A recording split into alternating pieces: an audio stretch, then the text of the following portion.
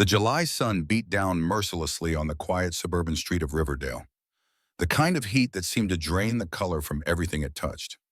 On the porch of a cream-colored two-story house stood Michael Hayes, his weathered face expressionless as he gripped the handles of three small suitcases. At 38, the former Navy SEAL carried himself with the straight-back discipline of a military man, though the slight limp in his right leg betrayed the injury that had sent him home from Afghanistan 2 years earlier. A thin sheen of sweat glistened on his forehead as he stared down Douglas Reynolds, his father-in-law. "We've housed you and the children long enough," Douglas announced, his voice clipped and final. His collared golf shirt and pressed khakis spoke of country club memberships and board meetings. "I have a business to run, not a charity for a disabled veteran and 3 children." Behind Douglas stood his wife Victoria, her perfectly styled silver hair and string of pearls a sharp contrast to the coldness in her eyes. She had once welcomed Michael as a son back when their daughter Rebecca was alive. But in the 2 years since Rebecca lost her battle with cancer, that warmth had slowly calcified into resentment. "You need to stand on your own 2 feet, she added pointedly, glancing at Michael's injured leg. Michael said nothing, his jaw tightening as he shifted his weight. He'd faced loaded guns and heard the unhinged screams of the front lines, but this felt heavier. 3 young faces peeked out from behind him. 10-year-old Nathan, serious beyond his years, with watchful blue eyes. 7-year-old Emma, her mother's gentle features, framed by auburn hair, clutching a worn sketchbook. And 4-year-old Tyler, too young to fully comprehend what was happening, his small hand gripping the hem of Michael's faded shirt. Nathan stepped forward, his thin shoulders squared in an unconscious mimicry of his father's military bearing. "Grandpa," he said, his voice steady despite the slight tremor in his hands. "Don't you want us anymore?" Douglas's face flushed crimson. He looked away, unable to meet his grandson's direct gaze. "This isn't about wanting," he muttered.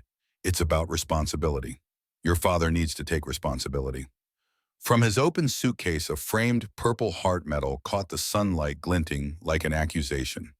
The medal Michael had earned when an IED tore through his convoy, shredding his right leg and ending his military career.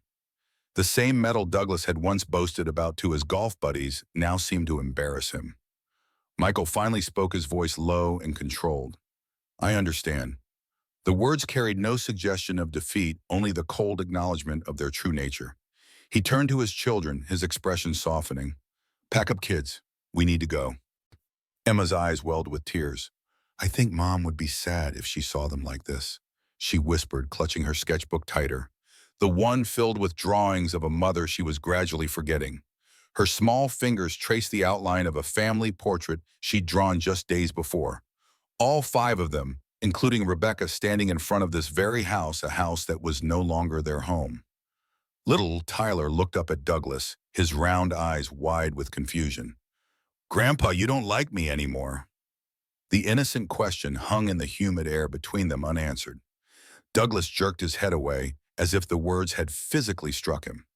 Victoria stepped back into the shadow of the doorway, her hand unconsciously touching the pearl necklace Rebecca had given her on her 60th birthday. For a moment, just a moment, something like doubt flickered across her face, but it hardened again just as quickly. "We've made our decision," Douglas said firmly, the businessman in him taking over once more. "You have until noon." The children gathered their few belongings, some clothes, worn-out toys, Nathan's collection of military history books, all hastily stuffed into backpacks. In the room that had been hers for 2 years, Emma carefully removed her drawings from the wall, rolling them into a tight cylinder. In the corner, a stuffed bear Rebecca had given her sat forgotten until the little girl turned back at the last moment, snatching it up and pressing it to her chest. Nathan moved through the house with quiet efficiency, helping his younger siblings, checking drawers and closets to ensure nothing important was left behind. It was a skill he'd learned from watching his father prepare for deployments. Methodical, thorough emotions kept carefully in check. Less than 15 minutes later, they stood on the front lawn, the midday sun beating down on them without mercy. Michael's military pension check wouldn't arrive for another week, and the small amount he'd managed to save wouldn't get them very far. But he'd been in worse situations with more at stake. At least this time he had his children with him. At least this time there were no bullets to dodge. Across the street, Martha Wilson opened her garage door and paused mid-task. At 60, the Vietnam veteran's widow had lived in the neighborhood long enough to recognize a family in crisis. She crossed the street, concern etched on her weathered face. "Michael, what's going on? Where are you all headed?"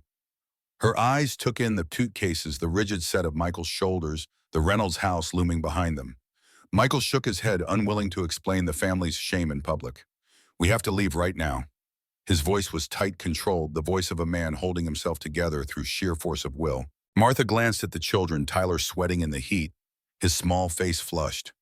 Emma clutching her backpack like a lifeline, tears streaking silently down her cheeks. Nathan gripping the handle of a rolling suitcase with white knuckles. Then back at the Reynolds house where Douglas and Victoria stood in the doorway, silently watching their grandchildren leave. "A storm's coming in," Martha said decisively, though the sky was painfully blue and clear. "You can bring them over to my place first." She wasn't offering charity. She was offering dignity, a chance to regroup to plan their next move away from judging eyes.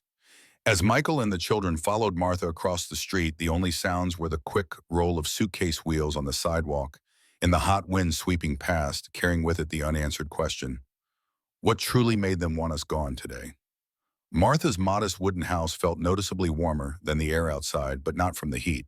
The scent of fresh-baked cookies drifted through the kitchen, and faded photographs of a young man in Vietnam-era military dress adorned the walls.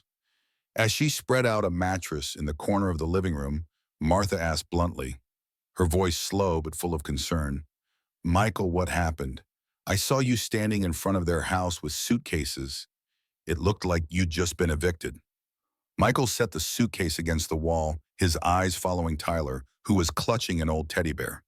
The children settled at the dining table, their small frames tense with the morning's events. Nathan's watchful gaze never left his father, ready to take cues on how to react, how to proceed. He was the oldest. He needed to be strong for his siblings. They said, Michael hesitated, lowering his voice so the children wouldn't hear. "They said a social services inspection team is coming, and they don't want me and the kids there when they show up." His voice dropped, trembling slightly, as if each word made the weight on him heavier. "But the truth is, the real reason is they think the kids and I are a burden. After 2 years, they don't want to keep taking responsibility." Martha paused, looking at him more intently. "But you've been taking care of everything over there, haven't you?" She had seen Michael mowing the Reynolds lawn, repairing their fence, driving the children to school every morning. She had seen him limping home from job interviews, rejection written in the slump of his shoulders but erased by the time he greeted his children. Michael gave a faint smile, though it didn't reach his eyes.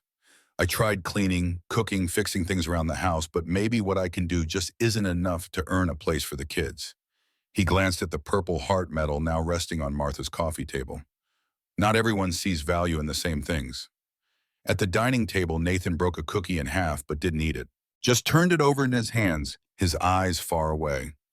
Emma was quietly arranging cookie crumbs into a small heart shape, while Tyler had already devoured his and was eyeing the plate for seconds.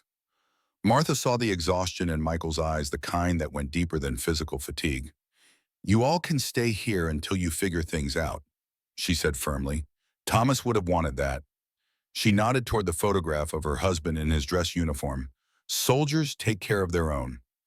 Later that evening, after Martha had set up makeshift beds in her living room and the younger children had fallen asleep, Michael sat alone on the back porch. The setting sun cast long shadows across the small yard, and in the distance, a radio played Bruce Springsteen's Born in the USA, the melancholy anthem that had followed him throughout his military career. He traced the outline of the Purple Heart in his pocket, feeling the cool metal warm to his touch. Nathan quietly pushed open the screen door and sat beside his father. For a long moment, neither spoke, the shared silence more comfortable than words. The boy had Rebecca's eyes, clear blue and unflinchingly direct, but he had Michael's quiet intensity, his ability to observe and absorb. "Dad," Nathan finally said, his voice small in the gathering darkness, "are we going to be okay?" Michael looked at his son, saw the worry lines no 10-year-old should have, the determined set of his jaw that mirrored his own, and felt a surge of fierce pride mixed with sorrow. This was not the childhood he and Rebecca had planned for their children. This was not what she had made him promise to provide when she was slipping away, her once vibrant body ravaged by cancer. "Yes," he said firmly, "we are. I promise you that." "Because of Mom?" Because she's watching over us. Michael's throat tightened. Yes, and because we have each other.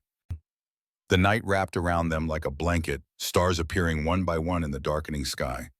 Michael's mind drifted to another night years ago under a different sky filled with different stars. The Afghanistan desert cold and unforgiving after sunset. The mission had gone sideways, his unit pinned down by insurgent fire, and Captain David Blackstone, the wealthy Texas oil heir who'd become his closest friend despite their different backgrounds, caught in the open. Michael hadn't hesitated. He'd broken cover sprinting through a hail of bullets to drag David to safety. The injury had been minor, a graze to his shoulder, but the look in David's eyes had been unforgettable. "I owe you my life, Hayes," David had said that night, his voice deadly serious despite their light-hearted banter about Texas barbecue just hours before. A Blackstone always pays his debts. 2 years later, during a different mission, Michael had been caught in an IED explosion that shattered his right leg and ended his military career. By then, David had been reassigned to a classified operation. The news had reached Michael months later: Captain David Blackstone, killed in action. A hero's death. Michael was pulled from his memories by Nathan's voice. "Dad, I was thinking tomorrow I can watch Emma and Tyler, so you can go look for work." Michael turned to his son, startled by the offer. "I know how to call 911 if something happens," Nathan continued earnestly. "And Mrs. Wilson is right across the hall. I can handle it, Dad. I'm not scared." "But you should be," Michael thought. "You should be riding bikes and playing video games, not worrying about being the man of the house. You should be 10 years old, not carrying the weight of our situation on your small shoulders." Instead, he rested his hand on Nathan's shoulder and squeezed gently. "Thank you, son. We'll figure something out together." The next day, while Martha took the children to the community pool to escape the heat, Michael began the disheartening process of job hunting. His engineering background and leadership experience, once valued in the military, seemed to count for little in the civilian world. Each interview ended the same way. "Thanks for your service, but we're looking for someone with more relevant experience, someone who can stand for long periods, someone without gaps in their employment history." At the construction site, where he'd hoped his knowledge of structural engineering might give him an edge, the foreman had taken one look at his limp and shaken his head. "Liability issue," he'd said not unkindly. "Insurance wouldn't cover it." At the engineering firm downtown, the hiring manager had smiled politely through the interview, then explained they were looking for someone with more recent experience. The fact that Michael had spent the last 2 years caring for his dying wife and then their children seemed to count for nothing. By late afternoon, Michael returned to Martha's apartment empty-handed, but determined not to show his disappointment. The modest military pension that had once supplemented Rebecca's nursing salary now barely covered the basics for a family of 4, especially with the ongoing medical bills for his leg. "Any luck?" Martha asked as Michael sank into her worn armchair, his leg throbbing from the day's exertion. "Not yet," he admitted, "but something will turn up." He wouldn't tell her about the construction foreman's dismissive glance or the engineering firm's thinly veiled excuse. Pride was sometimes all a man had left. Martha's eyes narrowed slightly. "My sink's been leaking. The plumber wants $300 just to look at it. You know anything about plumbing?" Michael recognized the offering for what it was, a chance to earn his keep without it feeling like charity. Martha had been a military wife. She understood the delicate balance between helping and wounding a soldier's pride. "I can take a look," he said, rising from the chair, despite the protest from his leg. "I'm pretty handy." In Afghanistan, he'd often help repair the base's aging infrastructure between missions. Plumbing, electrical work, basic carpentry skills that had earned him the nickname the Fixer among his unit. In the cramped space beneath Martha's kitchen sink, Michael found the problem immediately. A loose connection that any plumber would have spotted and fixed in minutes, then charged hundreds for. He tightened it with the adjustable wrench from Martha's old Craftsman toolbox, the same brand his father had used throughout his childhood. "Fixed," he announced, sliding out from under the sink. "It was just a loose fitting." Martha nodded, unsurprised. "Thomas, my husband, always said you can tell a man's character by how he handles tools. Said a good soldier is good with his hands because he respects what they can build as much as what they can destroy." Michael glanced at the photo of Thomas Miller in his dress uniform, understanding the weight of the comparison. He sounds like a wise man. He was, Martha agreed, a shadow of old grief passing over her face. Vietnam took him in '71, but not before he taught me that loss isn't the end of the story. It's just a hard chapter. Later that afternoon, the children returned from the pool, their spirits lifted by the simple pleasure of cool water on a hot day. Emma's hair was still damp, curling at the ends as she proudly showed Michael a shell she'd found in the pool drain. "It's for our new house," she explained seriously, "when we get one." Tyler, exhausted from swimming, curled up on the mattress for a nap, his small body relaxing into sleep with the resilience only young children possess. Nathan, however, remained watchful, shadowing Michael as he helped Martha prepare dinner. "Dad," he said quietly as they set the table, "I heard Grandpa and Grandma talking yesterday before they told us to leave." Michael paused, plates in hand. "What did you hear, Nathan?" Nathan's brow furrowed. "They got a phone call. Something about lawyers looking for you." Grandpa seemed really mad about it. "Lawyers." Michael frowned. He wasn't involved in any legal disputes that he knew of. Unless could it be related to the military? Sometimes benefits or paperwork got tangled up in red tape. "Did they say anything else?" he asked, keeping his voice casual. Nathan shook his head. "Just that they were tired of people bothering them about you." He hesitated. Then Grandpa said maybe it was time for you to handle your own problems. Michael nodded slowly, filing away the information. It probably didn't mean anything significant, just another example of Douglas's resentment bubbling to the surface. Still, the timing seemed odd. That night, after the children were asleep, Michael sat at Martha's kitchen table, sorting through the small box of Rebecca's personal effects he'd managed to grab before leaving the Reynolds house. Her favorite scarf still holding a trace of her perfume, the fountain pen he'd given her on their first anniversary, the dog-eared copy of Pride and Prejudice she'd read during chemotherapy sessions. Each item was a piece of the woman he'd loved since high school. The brilliant nursing student who'd waited for him through 3 deployments, who'd built a life with him in the spaces between missions, who'd given him 3 beautiful children before cancer stole her away at 34. At the bottom of the box, Michael found her old wool coat, the one she'd worn on their first date when he was home on leave, and they'd walked through Central Park in the snow.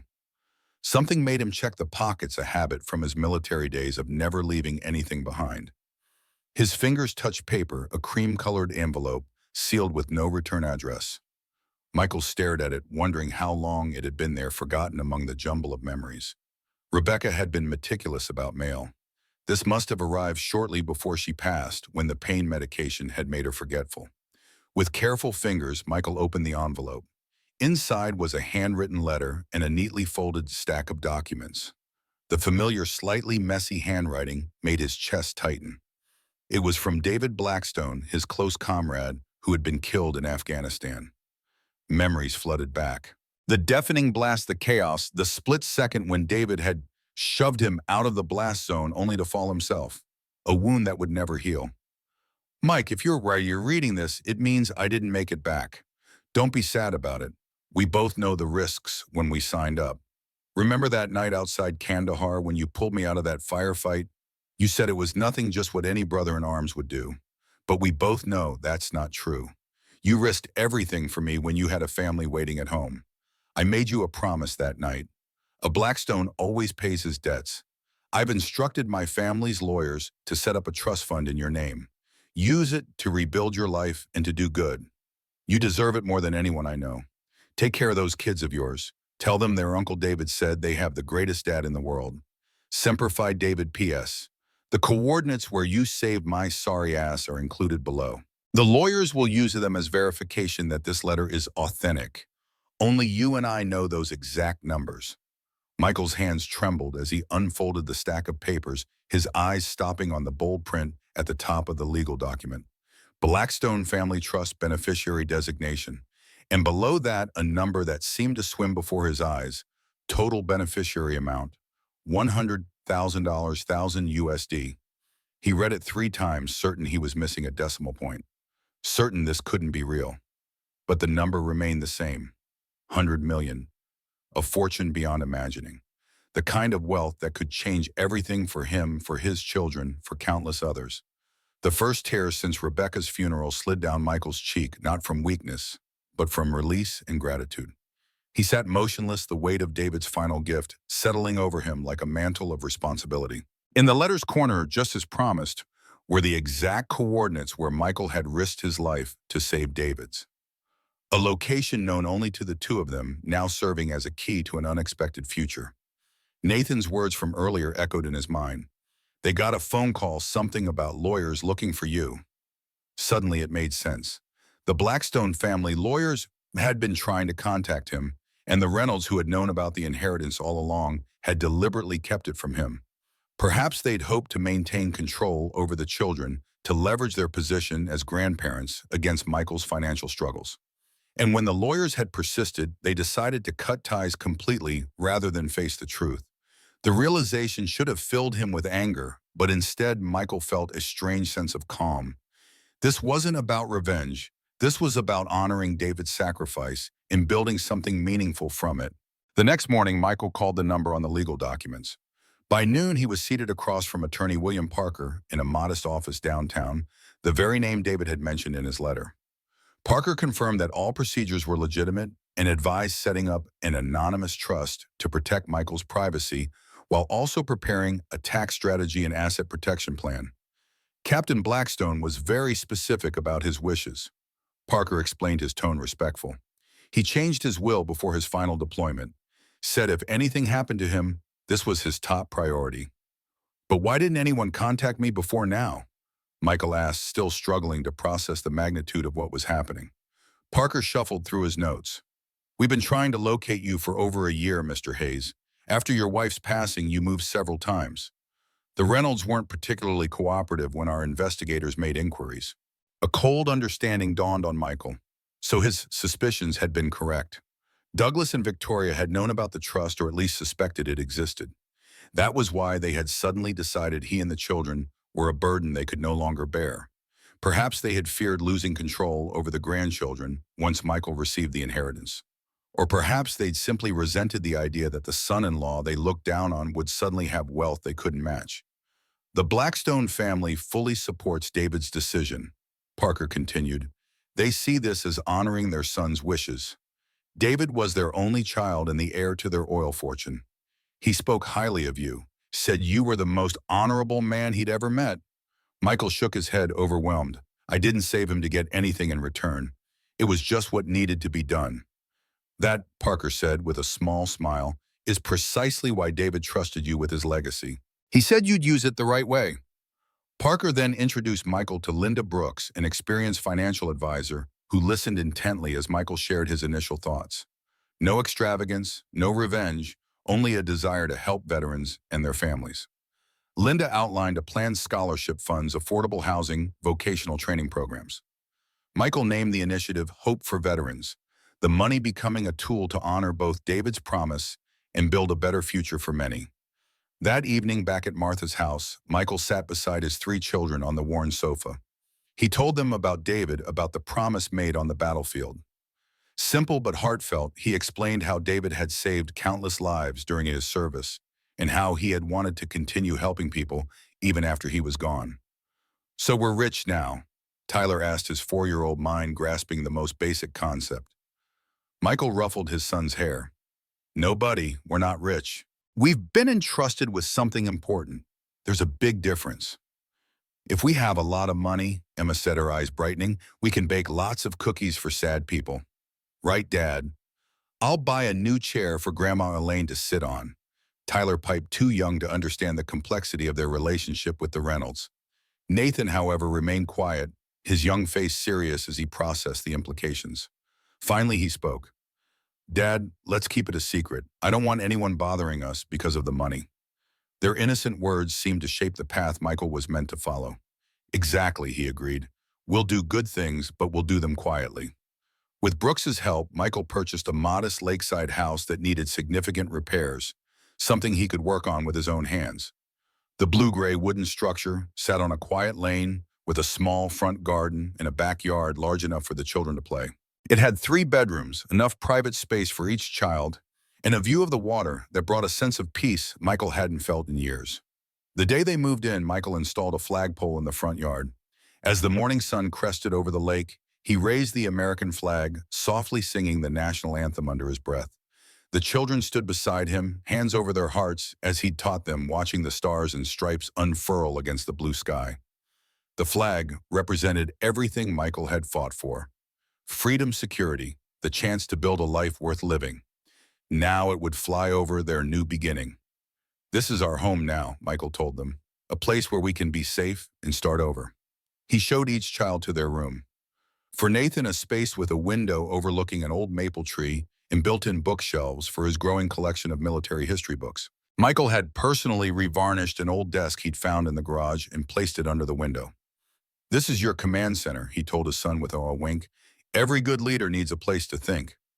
Nathan ran his hand along the smooth surface of the desk, a smile breaking through his usual serious expression. "Thanks, Dad," he said quietly, already arranging his books in neat rows on the shelves. For Emma, he chose a room with a larger window that looked out over the garden. "You can plant flowers here," Michael told her, handing her a small pot of violets. Emma squealed with delight and rushed to the window, already imagining a garden full of blooms. "Can I paint the walls yellow?" she asked, twirling in the center of the room. "Mom always said yellow was a happy color." "Of course you can," Michael promised, his heart warming at the mention of Rebecca. "Any color you want." Tyler's room was simpler, with a small bed and plenty of floor space for toys. On the wall, Michael had mounted a child-sized American flag next to a nightlight shaped like a rocket ship. "To help you be brave," Michael explained when Tyler's eyes widened at the sight, "and to remind you that you can always reach for the stars." Tyler nodded solemnly, then broke into a wide grin. "I'm going to be an astronaut," he declared, jumping onto the bed with childish abandon. "And a soldier like you, Dad." The first weeks in their new home established a steady rhythm. Each morning, Michael prepared breakfast for the kids himself. Nathan helped his sister braid her hair and get her school bag ready. Emma often sang cheerfully as she helped set the table. Tyler was always in the kitchen, hoping for an extra cookie or slice of jam toast. School enrollment had been a challenge, explaining their situation without revealing the sudden change in their financial circumstances. But the children had adapted quickly. Nathan had joined the junior ROTC program, following in his father's footsteps. Emma had taken to art class with enthusiasm, filling their refrigerator door with colorful drawings. Even Tyler had settled well into preschool, making friends easily with his open nature. While the children were at school, Michael worked tirelessly on the house, replacing rotted boards on the deck, repainting the faded siding, fixing the leaky roof. The physical labor was therapeutic. Each hammer strike and saw cut a tangible contribution to their new life. Sometimes his leg would protest, sending sharp pains up his thigh, but he worked through it, determined to create something lasting with his own hands. The house became a metaphor for their lives damaged but worth saving, requiring care and attention to reveal its true potential. With each repair, Michael felt he was not just fixing a structure, but rebuilding their family's foundation. The work kept his hands busy, and his mind focused, preventing him from dwelling too much on the past or worrying excessively about the future. In the evenings, he read stories to the children, then played board games with them on the living room rug, peaceful moments he had rarely enjoyed before. Afterward, when the house grew quiet and the children slept, Michael would sit on the back porch overlooking the lake, planning his next steps for Hope for Veterans. With Parker and Brooks's guidance, Michael began laying the groundwork for his mission. He identified abandoned houses around town, run-down, decaying, long-forgotten places that most people drove past without a second glance. But where others saw dilapidation, Michael saw potential. He saw homes that could bring hope to veterans in need. Each property had its own story: a foreclosure when the owner lost their job, an inheritance no one wanted to claim, a house left empty when the elderly resident moved to assisted living. Michael walked through them all, assessing structural integrity, calculating renovation costs, envisioning what they could become. In his mind's eye, he could already see veterans and their families finding sanctuary in these spaces, just as he and his children had found sanctuary in their lakeside home. The challenges were immediate, and numerous zoning issues, permit requirements, skeptical town officials who questioned why anyone would invest in those parts of town. But Michael approached each obstacle with the same methodical determination that had characterized his military career. In meeting rooms in municipal offices, Michael made his case quietly but persuasively. He didn't flash his wealth or make grandiose promises. Instead, he spoke of community revitalization, of giving back to those who had served, of creating opportunities where there had been none. Slowly, the resistance began to crumble. He signed a memorandum of understanding with the local government. No fanfare, No grand signing ceremony, just a simple meeting at the town office between Michael representing Hope for Veterans and Mayor Wilson. The memorandum committed Hope for Veterans to renovating 10 abandoned homes in the town to provide affordable housing for low-income veteran families. The project launched quickly using local contractors and a growing team of volunteers, people who had heard of Hope for Veterans through word of mouth and believed in its mission. Michael was careful to keep his personal involvement low-key, allowing the organization to stand on its own merits rather than becoming associated with his name or wealth. A small sharing dinner at the church hall became Hope for Veterans' first public event. Though Michael kept it as low-key as possible, there were no bright banners, no lengthy speeches, just a simple meal of hot soup, bread, and coffee for veteran families and the first volunteers. The atmosphere was warm, filled with a sense of community and purpose. Pastor Anderson stood to offer a short prayer, blessing the charitable work, his deep voice resonating through the modest space. Michael didn't make a grand appearance. He stood quietly in the back, beside Martha, watching the tired yet hopeful faces of the first veteran families to receive support. He saw the smiles, the grateful nods, and knew he was on the right path. He didn't need the crowd's recognition. What he needed was to see lives slowly being pieced back together. Nathan, serious in a clean button-up shirt, helped Martha arrange chairs and hand out bread. He moved with purpose, checking on things without being asked, anticipating needs before they arose. Michael recognized in his son the same leadership qualities that had served him well in the military observation initiative: steadiness under pressure. But he also saw something he hoped would serve Nathan better in civilian life than it had him: adaptability, the ability to move between worlds with grace. Emma and Martha ran a small cookie table they called Pay It Forward. Emma eagerly invited people to take a cookie and then do something kind for someone else. Her smile never faltered, even when faced with gruff veterans who weren't used to such open-hearted generosity. More than once, Michael saw tough-looking former soldiers melt under his daughter's earnest gaze, accepting cookies with awkward thanks and quietly promising to pass on the kindness. Tyler enthusiastically stuck little star-shaped labels on each treat, his bright smile never fading as he handed cookies directly to towering veterans. "My daddy was a soldier too," he told everyone who would listen. "He has a Purple Heart and everything." His pride in Michael was unfiltered, untarnished by the complications of adult relationships. Near the end of the evening, Nathan tugged lightly at Michael's pant leg. "Dad," he whispered, "I think people need to hear your thanks." Michael looked at his son, pride shining in his eyes. He glanced toward the crowd, still buzzing with conversation, then stepped up to the small stage. He spoke no more than 3 sentences. "We're just continuing a promise made on the battlefield. Thank you to everyone who has trusted and stood with us. This is only the beginning." He bowed his head slightly, then quickly stepped back, leaving the spotlight to the smiles and stories of hope filling the room. It wasn't false modesty that drove Michael to keep his words brief. It was the soldiers' understanding that actions spoke louder than speeches, that promises were only as good as the follow-through behind them.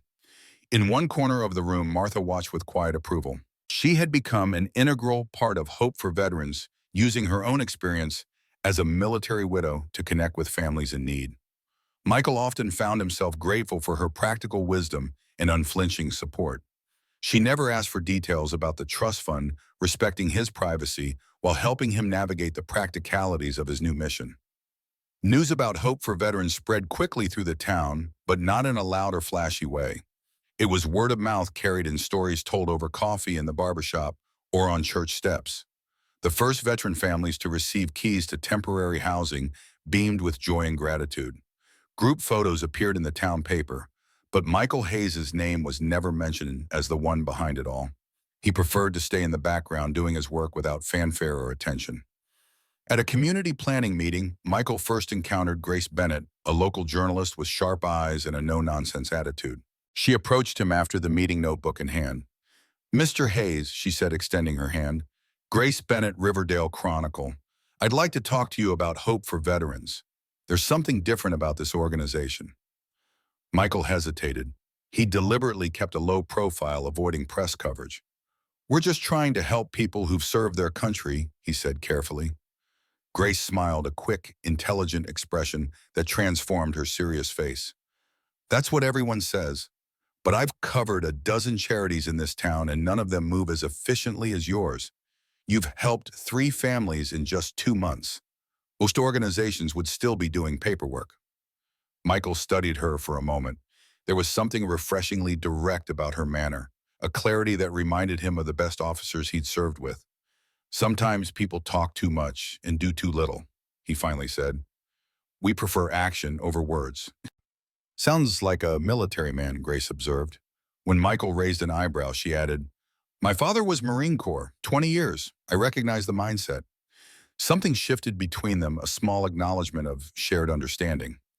Michael found himself agreeing to an interview, though he insisted it focus on the organization's mission rather than its founder. The resulting article was thoughtful and understated exactly what Hope for Veterans needed: publicity without sensationalism, attention without unwanted scrutiny. What Michael hadn't expected was the connection that formed between him and Grace. During the interview, she'd mentioned her 9-year-old daughter Lily raising her alone after her husband left years earlier. Their conversation had extended well past the scheduled time, touching on single parenthood resilience and the challenges of building something meaningful in a world that often valued appearance over substance. The renovation of the first house for a veteran family was completed 6 weeks after Michael started Hope for Veterans. The Rodriguez family, Carlos, a former Army sergeant with severe PTSD from 3 tours in Iraq, his wife Maria, and their 2 children, stood speechless on the front porch as Michael handed them the keys.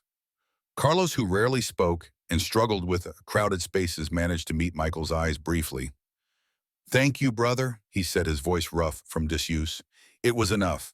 Michael understood the effort those words had cost. The battle Carlos fought every day just to function in civilian life. Maria, tears streaming down her face, whispered, "Now the children will have their own rooms. Carlos can have a quiet space when the memories get too loud." Michael nodded, recognizing the specific needs that made housing so crucial for veterans with PTSD. "The backyard is fenced," he told them quietly. "Private. And the basement has been soundproofed for when Carlos needs absolute silence." These weren't standard renovation features, but Hope for Veterans wasn't a standard organization. Each house was adapted to the specific needs of its recipients, designed to heal as well as shelter. As Michael watched the Rodriguez family explore their new home, he felt a sense of completion that had eluded him since leaving the military. This was purpose. This was mission. This was honoring David's sacrifice and Rebecca's compassion in the most tangible way possible. By the time the leaves began to turn and summer gave way to fall, Hope for Veterans had completed renovations on 3 houses, with 2 more in progress. Michael had assembled a core team: Jason Mitchell, a former infantryman with a prosthetic leg, who had become their master carpenter; Laura Chen, an Army medic who coordinated health services; and somewhat to Michael's surprise, Grace Bennett, who had volunteered her communications expertise on weekends, bringing her daughter Lily, who quickly became friends with Emma. Life settled into a rhythm that felt sustainable, even hopeful. The children thrived in their new school. The house by the lake became a true home, and the nightmares that had plagued Michael since Afghanistan grew less frequent. The pain in his leg would never fully disappear, but it had become manageable, a reminder rather than a limitation. Then one crisp October morning, 15 months after establishing Hope for Veterans, Michael arrived at the small office they'd rented downtown to find 2 familiar figures waiting outside the door. Douglas and Victoria Reynolds stood awkwardly on the sidewalk, both looking significantly older and somehow diminished since he'd last seen them. Douglas's expensive golf attire had been replaced by off-the-rack clothes that hung loosely on his frame.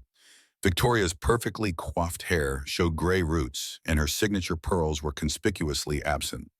Michael stopped several feet away, his body instinctively tensing. He hadn't seen or spoken to them since the day they'd evicted him and the children. What could possibly bring them here now?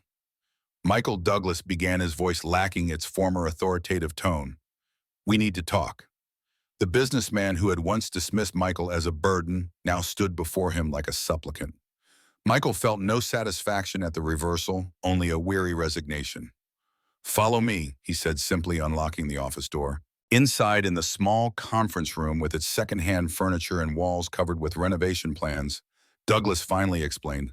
Their financial empire had collapsed. A commercial development project had failed spectacularly, taking their personal fortune with it. The banks had foreclosed on everything their home, Douglas's business properties, even their vacation house in Florida. They were in essence homeless and nearly penniless.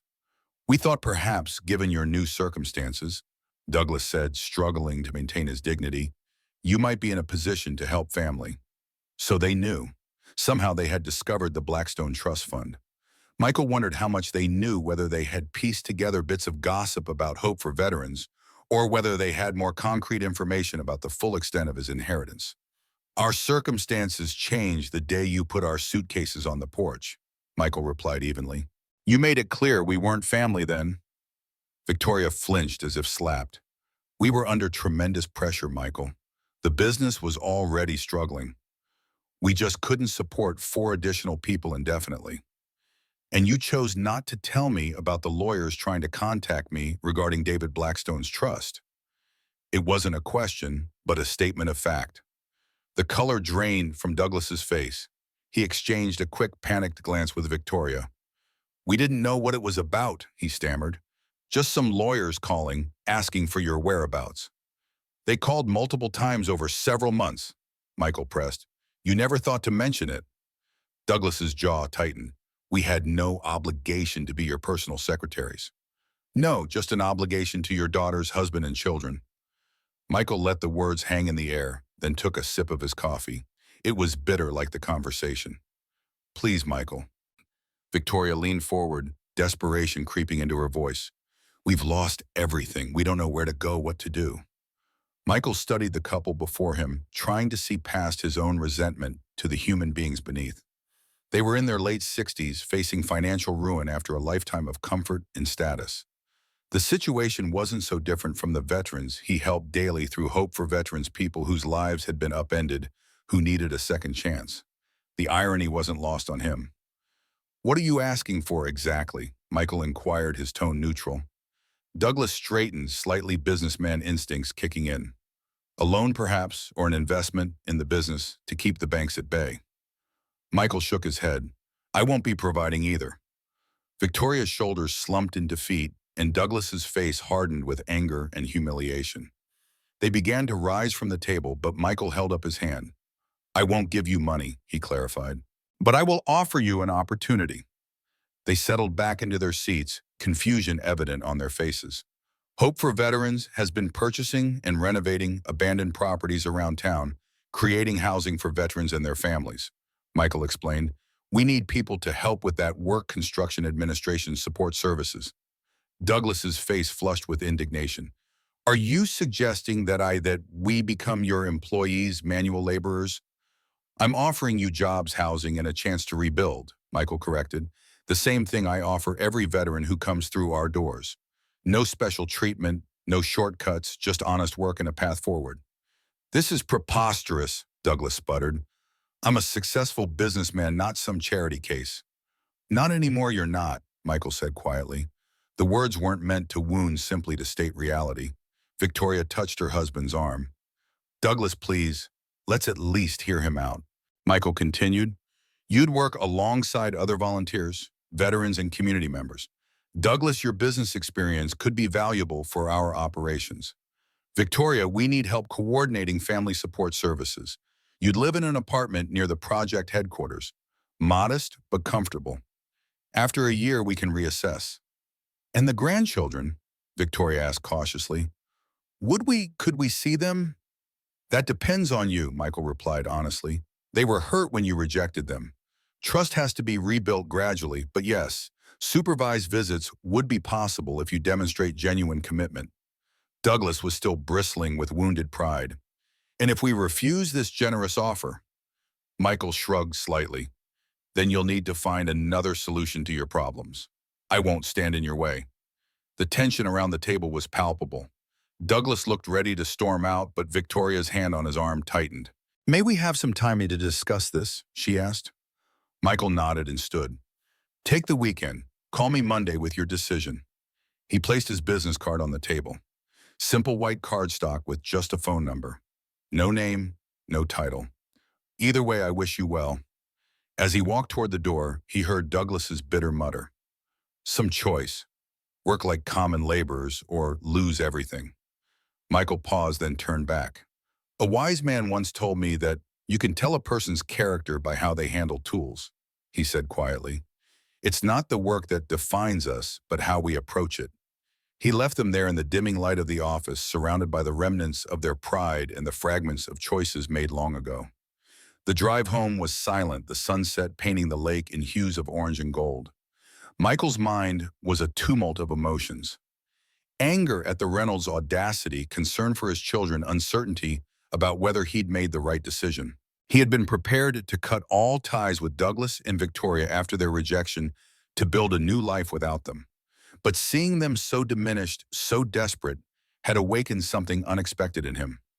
Not forgiveness, but perhaps the first glimmer of understanding. As he pulled into his driveway, Michael spotted Nathan sitting vigilantly on the front porch steps, clearly waiting for him. The boy stood as the truck approached, his young face solemn in the fading light. "Dad," Nathan called, and as Michael stepped out of the vehicle, "Are they gone? Are they coming to take us away?" Michael's heart clenched at the fear in his son's voice. He walked quickly to the porch and knelt before Nathan despite the protest from his bad leg. "Nobody is taking anyone away. This is our home. I promised you that." Nathan's shoulders relaxed slightly, but his eyes remained wary. Then why were they here? What did they want? Michael considered how much to share with his son. Nathan was young, but he had already shouldered burdens beyond his years. He deserved honesty, though perhaps not every painful detail. "They're having some problems," Michael explained carefully. "They came to ask for help." Nathan's expression hardened. "They threw us out when we needed help." "Yes, they did," Michael acknowledged, "and that was wrong." "So you told them no, right?" Nathan's voice was hopeful, seeking confirmation that justice would prevail.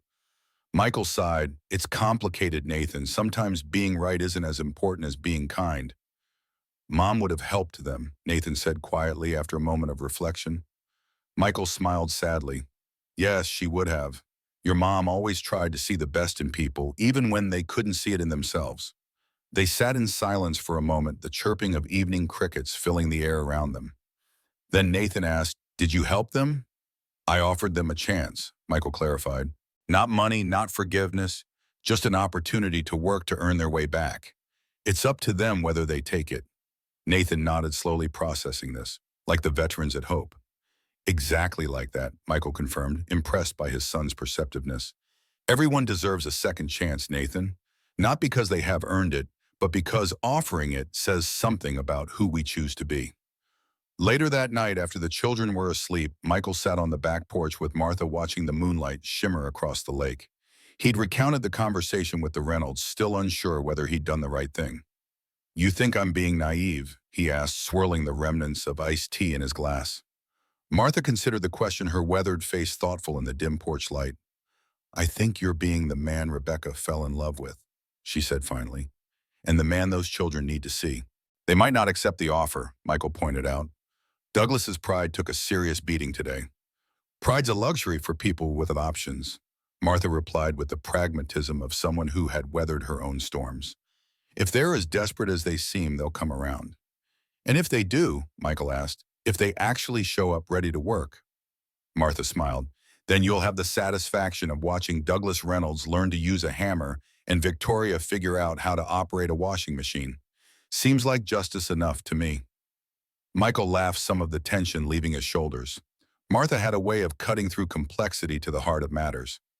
"What will you tell the children?" she asked more seriously. Michael sighed. "The truth as much as they can handle. They'll find out eventually anyway. This town isn't that big." "They might not be ready to see their grandparents," Martha cautioned, "especially Nathan. That boy carries things deep." "I know," Michael acknowledged. "We'll take it slow, one day at a time." Monday morning arrived with a clarity that only seemed to heighten Michael's uncertainty. Would the Reynolds call? Had they found another solution to their problems? Or were they even now swallowing their pride enough to accept his offer? Part of him hoped they would refuse, sparing everyone the awkwardness and potential pain of forced proximity. Another part, the part that remembered Rebecca's unfailing belief in redemption, hoped they would accept. He was at the Hope for Veterans office reviewing blueprints for their latest renovation when his phone rang.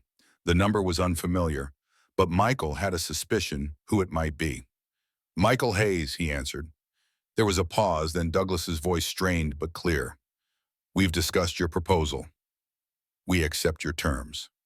Michael closed his eyes briefly, a complex mixture of emotions washing over him. "All right," he said simply. "Be at the Hope for Veterans office tomorrow morning at 8. I'll have paperwork ready." "And the apartment?" Douglas asked, a hint of his old entitlement creeping into his tone.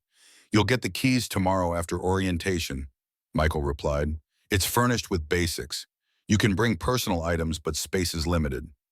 Another pause. "We'll be there," Douglas finally said. The line went dead without a goodbye. Michael set the phone down, feeling the weight of what he'd just set in motion. It would be challenging integrating the Reynolds into the Hope for Veterans community. There would be resentment, awkwardness, probably more than a few heated words. But if it worked, if Douglas and Victoria could truly change it, might heal wounds that went deeper than any of them realized. The next morning, precisely at 8, Douglas and Victoria Reynolds arrived at the Hope for Veterans office. They looked out of place.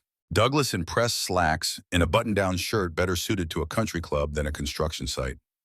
Victoria in a modest but clearly expensive dress, her silver hair perfectly coiffed despite the early hour. Behind them, a taxi driver was unloading several suitcases, all that remained of their possessions after the bank seizures. Michael met them at the door, keeping his manner professional. "Welcome to Hope for Veterans," he said, ushering them inside. "Let's get started." The office was a simple converted storefront, functional rather than impressive. A large open area filled with desks, filing cabinets, and bulletin boards covered in project plans and volunteer schedules. A few staff members and volunteers were already at work, glancing curiously at the newcomers. Michael introduced them to Martha, who would be handling their orientation. If she felt any satisfaction at the Reynolds' reduced circumstances, she didn't show it. Her manner was brisk, but not unkind as she handed them each a folder of paperwork. The usual forms: confidentiality agreements, emergency contacts, volunteer guidelines, she explained, and information about your apartment. Victoria accepted her folder with a gracious smile that didn't quite reach her eyes. "Thank you, Martha. You're very kind." Douglas took his with obvious reluctance, as if the mere act of accepting paperwork from a former neighbor somehow diminished him. "Is there an office where we can review these?" he asked, glancing around the open workspace with distaste. "You can use the break room," Michael replied, pointing to a small room off to the side. "Coffee's fresh. Take your time." As they disappeared into the break room, Martha raised an eyebrow at Michael. "They're really doing this," she murmured. "I half expected them to back out." Michael nodded. "They're desperate, but desperation isn't enough for lasting change. That takes something deeper." "And you think they have it in them?" Martha asked skeptically. Michael considered the question. "I don't know, but I'm willing to give them the chance to find out." While the Reynolds completed their paperwork, Michael made a phone call to Pastor Anderson, who had agreed to help with their orientation.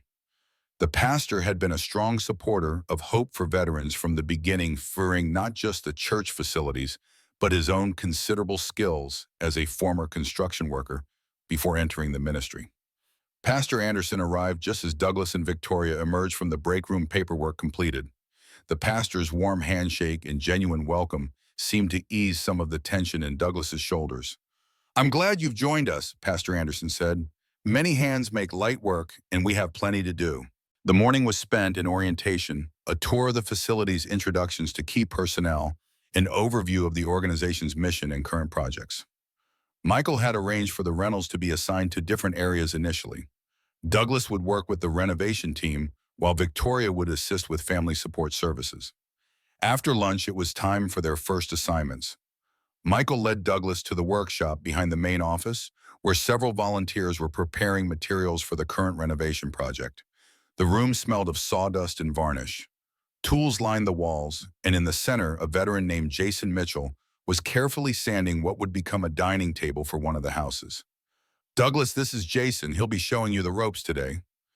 Jason was in his early 30s with the solid build of a former infantryman and a prosthetic left leg, a souvenir from an IED in Iraq. He extended his hand to Douglas, his grip firm and confident. "Good to meet you," Jason said. "You ever worked with wood before?" Douglas shook his head stiffly. "I'm more familiar with spreadsheets than lumber." Jason grinned. "Well, wood's more forgiving than numbers. Most mistakes can be fixed with a bit of sanding. He gestured to a workbench. We'll start with something simple. These chair legs need to be cut to length and sanded. Douglas stared at the workbench with thinly veiled dismay. His hands manicured and soft, accustomed to signing contracts and swinging golf clubs, seemed utterly foreign to the tools and materials before him. I'll leave you to it, Michael said, heading toward the door. Jason's one of our best craftsmen. You're in good hands. As Michael left, he heard Jason beginning his instruction. First rule of the workshop, measure twice, cut once. Meanwhile, Martha was introducing Victoria to the family support team.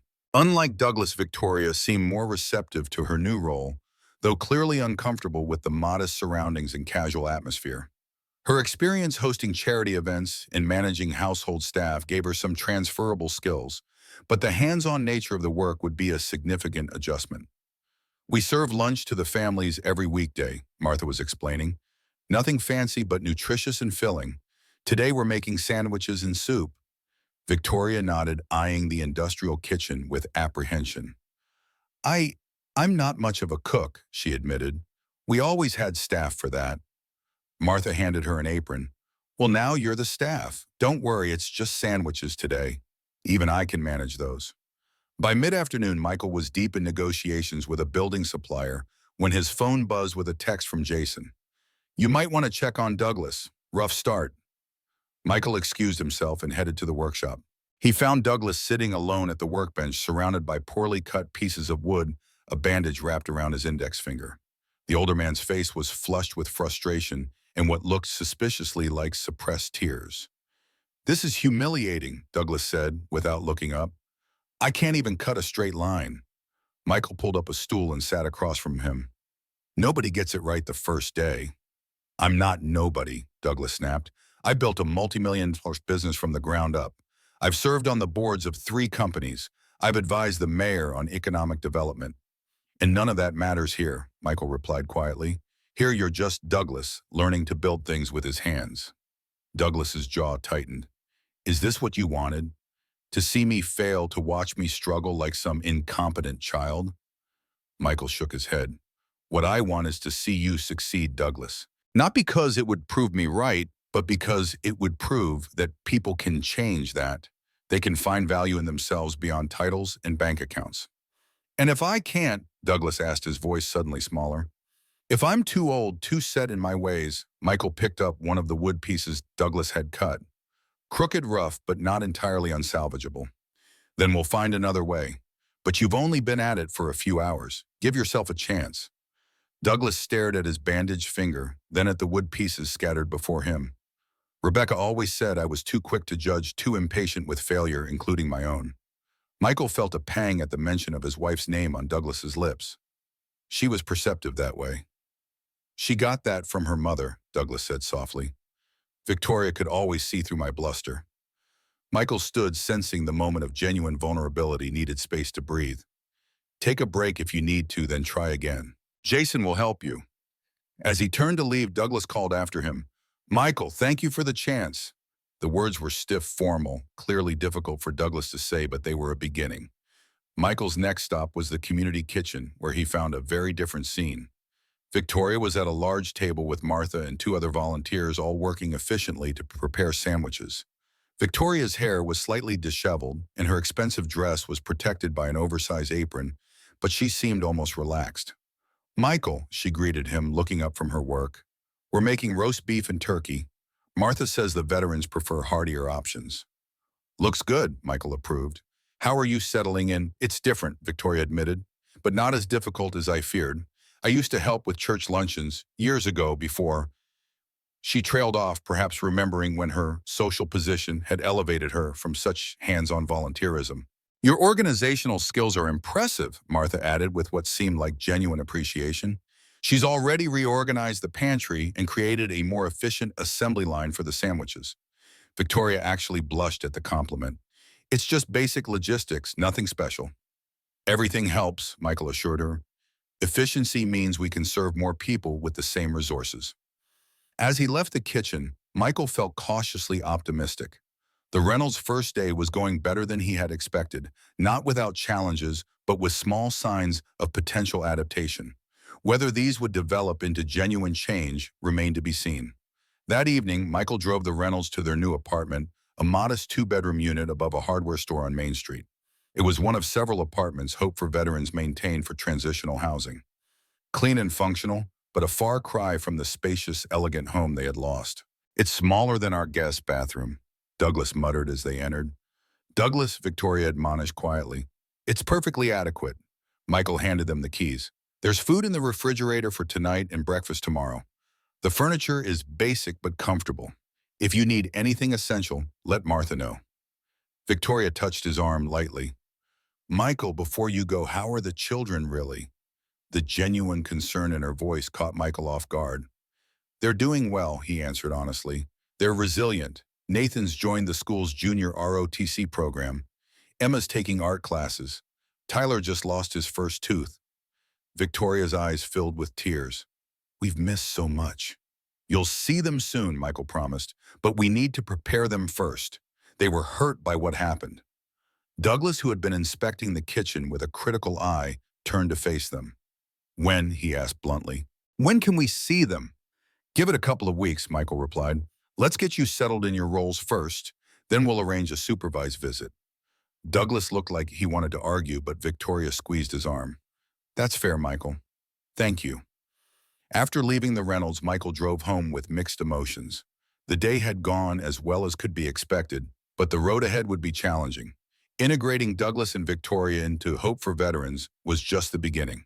The real test would be rebuilding their relationship with the children, especially Nathan, whose sense of betrayal ran deepest. When Michael arrived home, he found Martha in the kitchen with the children overseeing dinner preparations.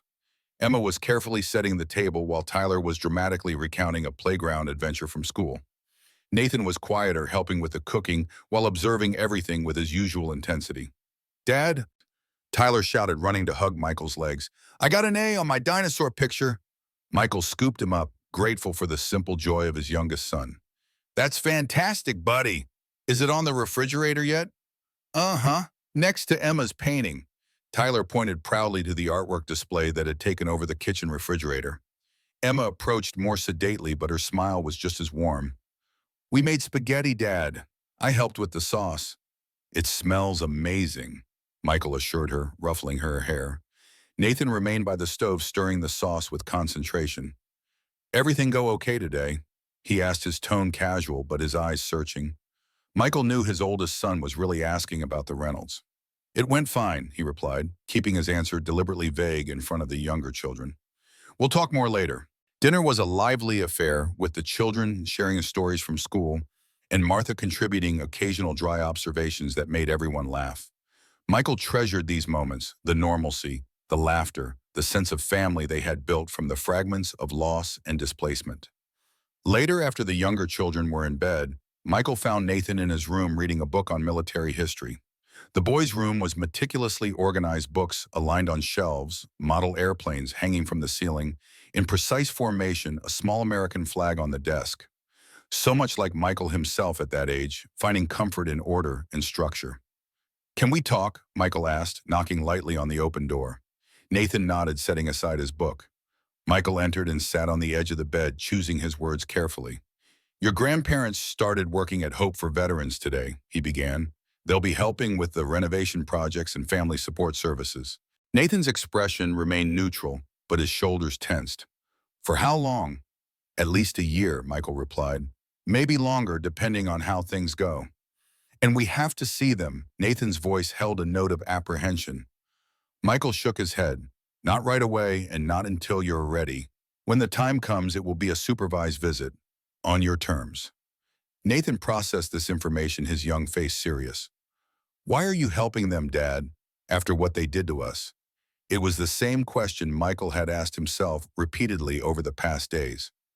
"Partly because they need help, and that's what Hope for Veterans does, helps people rebuild their lives. And partly because your mom would have wanted it." "But they hurt us," Nathan insisted. "They threw us out like we didn't matter." Michael nodded, acknowledging the pain in his son's words. "Yes, they did, and that was wrong. Nothing can change that. But people sometimes do terrible things out of fear or pride and then regret them later." "Are they sorry?" Nathan asked skeptically. Really sorry. I don't know yet, Michael admitted. That's something they'll have to prove over time with actions, not just words. Nathan fell silent considering this. Finally, he said, I don't want them to hurt Emma and Tyler again. Or you. Michael's heart swelled with love and pride for his son, always protective, always thinking of others. I won't let that happen, he promised, and I won't force you to do anything you're not comfortable with. We're a team, remember? Nathan nodded, some of the tension leaving his shoulders.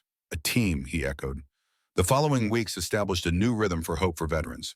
Douglas and Victoria arrived each morning at 8, worked their assigned shifts, and returned to their apartment in the evenings. The adjustment wasn't easy for either of them, but slowly, almost imperceptibly, changes began to emerge.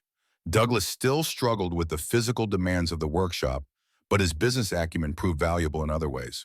When Michael mentioned challenges with a building material supplier, Douglas offered insights that led to a more favorable contract.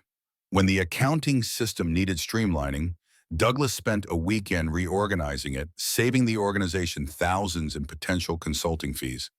Most surprisingly, Douglas developed an unexpected rapport with Jason Mitchell, the veteran who had first trained him in the workshop. What began as reluctant respect for Jason's craftsmanship evolved into genuine admiration for the younger man's resilience and positive attitude despite his combat injuries. Michael occasionally overheard them in deep conversation about topics ranging from woodworking techniques to military strategy to baseball statistics. Victoria's transformation was more immediate and noticeable. Her natural organizational skills and social graces proved perfect for the family support services. She revamped the meal program, instituted a clothing exchange for growing children, and started a weekly coffee gathering for veteran spouses to share experiences and resources. The very skills that had made her a formidable society hostess now served a different purpose, creating community among people who often felt isolated and overlooked. Martha, initially skeptical of Victoria's sincerity, became her strongest advocate. She's got a real gift with the families, Martha told Michael one afternoon, especially to the wives who feel overwhelmed. She listens without judgment, offers practical help without making them feel like charity cases. Michael was pleased but cautious. It's only been a month, he reminded Martha. People can maintain an act for that long if they're motivated enough. This isn't an act, Martha insisted. I've known Victoria for 15 years, Michael. I've never seen her like this. There's a genuineness, a humility that wasn't there before. She actually apologized to me yesterday for how she treated me in the past. That evening, Michael visited the Reynolds in their apartment, ostensibly to discuss work matters, but really to gauge their adjustment firsthand. The small living space had been transformed in subtle ways. Victoria had added touches of hominess, thrift store curtains, a small vase of wildflowers, carefully arranged family photos. Douglas had built a simple bookshelf that, while slightly uneven, displayed their remaining books with pride. They seemed different outside the work environment, less guarded, more authentic. Douglas made coffee while Victoria offered Michael homemade cookies, a skill she'd been practicing with the family support group. They're actually quite good, Douglas commented with obvious pride in his wife's accomplishment. Victoria never baked before all this. We always had a service deliver desserts for dinner parties. Victoria smiled, a hint of her old elegance shining through the simpler surroundings. I'm enjoying it, surprisingly. There's something satisfying about creating something with your own hands. The comment, so similar to what Michael often told the veterans learning new skills, struck him forcefully. Perhaps the Reynolds were genuinely changing, not just adapting to circumstances, but discovering new values in the process. After discussing some upcoming projects, Michael broached the topic they had all been circling. The children have been asking about you, he said carefully. I think they're ready for a visit if you are. Victoria's eyes lit up, but Douglas looked suddenly nervous. What have you told them about our situation? The truth, Michael replied simply. That you lost your business and home, that you're working at Hope for Veterans, and that you'd like to see them. And they want to see us, Douglas asked, his voice uncharacteristically uncertain. Michael considered his answer. Emma and Tyler are excited. Nathan is cautious. He'll need more time. Victoria nodded, understanding in her eyes. Of course, Nathan was old enough to fully understand what happened. The younger ones, she trailed off, perhaps remembering Tyler's innocent question on that fateful day. Grandpa, you don't like me anymore. When Choa, Douglas asked, setting down his coffee cup with a slightly trembling hand. When can we see them? This Sunday, Michael suggested. We could meet at the park by the lake. Neutral territory, casual setting. We'll be there, Victoria promised, her voice thick with emotion. Thank you, Michael. As Michael prepared to leave, Douglas walked him to the door. Michael, he said quietly, so Victoria couldn't overhear. I want you to know I'm sorry for everything. Not just for what happened that day, but for how I treated you from the beginning. I was wrong about you. The admission clearly cost Douglas significant pride. Michael nodded, accepting the apology without overplaying its significance. Sunday, 2 o'clock, he confirmed. The children will be looking forward to it. Sunday arrived with perfect weather. Clear blue skies, gentle breeze, the lake shimmering in the distance. Michael brought the children to the park early, giving them time to play and burn off nervous energy before the Reynolds arrived. Emma immediately headed for the swings while Tyler climbed the jungle gym with reckless abandon. Nathan stayed closer to Michael, occasionally throwing a ball for a neighbor's dog, but mostly watching the park entrance with wary eyes. At precisely 2 o'clock, Douglas and Victoria appeared on the path from Main Street. They had dressed casually but neatly, Douglas in khakis and a polo shirt. Victoria in a simple sundress. They carried a small picnic basket between them, and their faces bore matching expressions of nervousness and hope. Tyler spotted them first. Grandma, Grandpa, he shouted, sliding down the slide and running toward them with the uncomplicated joy of a 4-year-old who hadn't fully processed past hurts. Victoria knelt to receive him, tears streaming down her face as the little boy crashed into her arms. Oh, Tyler, she whispered, holding him tight. Look how you've grown. Douglas stood awkwardly to the side, clearly unsure of his welcome, until Tyler turned to him with outstretched arms. Grandpa picked me up, I got taller. Douglas lifted the boy, his expression a mixture of joy and disbelief. You certainly did, he agreed, his voice gruff with emotion. Soon you'll be taller than me. Emma approached more slowly, holding back until Victoria extended a hand to her. We brought cookies, Victoria said, gesturing to the picnic basket. I baked them myself. This seemed to break the ice for Emma. You bake now, she asked, surprised. Mom said you never cooked anything. A shadow passed over Victoria's face at the mention of Rebecca, but she recovered quickly. Your mother was right. I never did before, but I'm learning all sorts of new things these days. Nathan remained by Michael's wedding, watching the interactions with guarded eyes. Douglas noticed and gave the boy a tentative wave, not pushing for more. It was a small gesture, but it showed a new understanding of boundaries and respect that impressed Michael. They settled on a picnic blanket near the lake, sharing the cookies and making careful conversation. The younger children did most of the talking, filling the awkward silences with stories about school friends and their new home. Douglas and Victoria listened with genuine interest, asking questions, laughing at Tyler's jokes, admiring Emma's descriptions of her art projects. Nathan spoke little, but Michael noticed him watching his grandparents with increasing curiosity. The boy's initial wariness seemed to be evolving into cautious observation. Not trust yet, but perhaps the beginning of reassessment. Toward the end of the visit, Victoria took a small package from the picnic basket.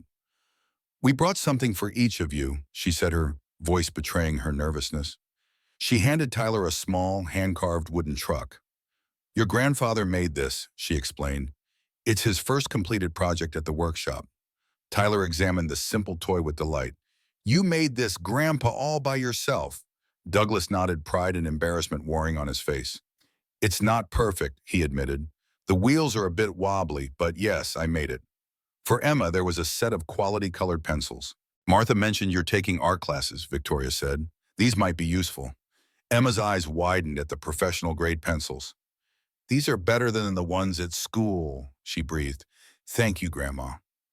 Finally, Victoria turned to Nathan, holding out a small, carefully wrapped package. This is for you, she said softly, if you want it. Nathan glanced at Michael, who nodded encouragingly. The boy accepted the package and unwrapped it slowly. Inside was a framed photograph of Rebecca in her nursing uniform, smiling broadly on her graduation day. It was a picture Nathan had never seen before. Your mother was so proud that day, Victoria explained, first in her class. She said she wanted to heal people to make the world better, one patient at a time.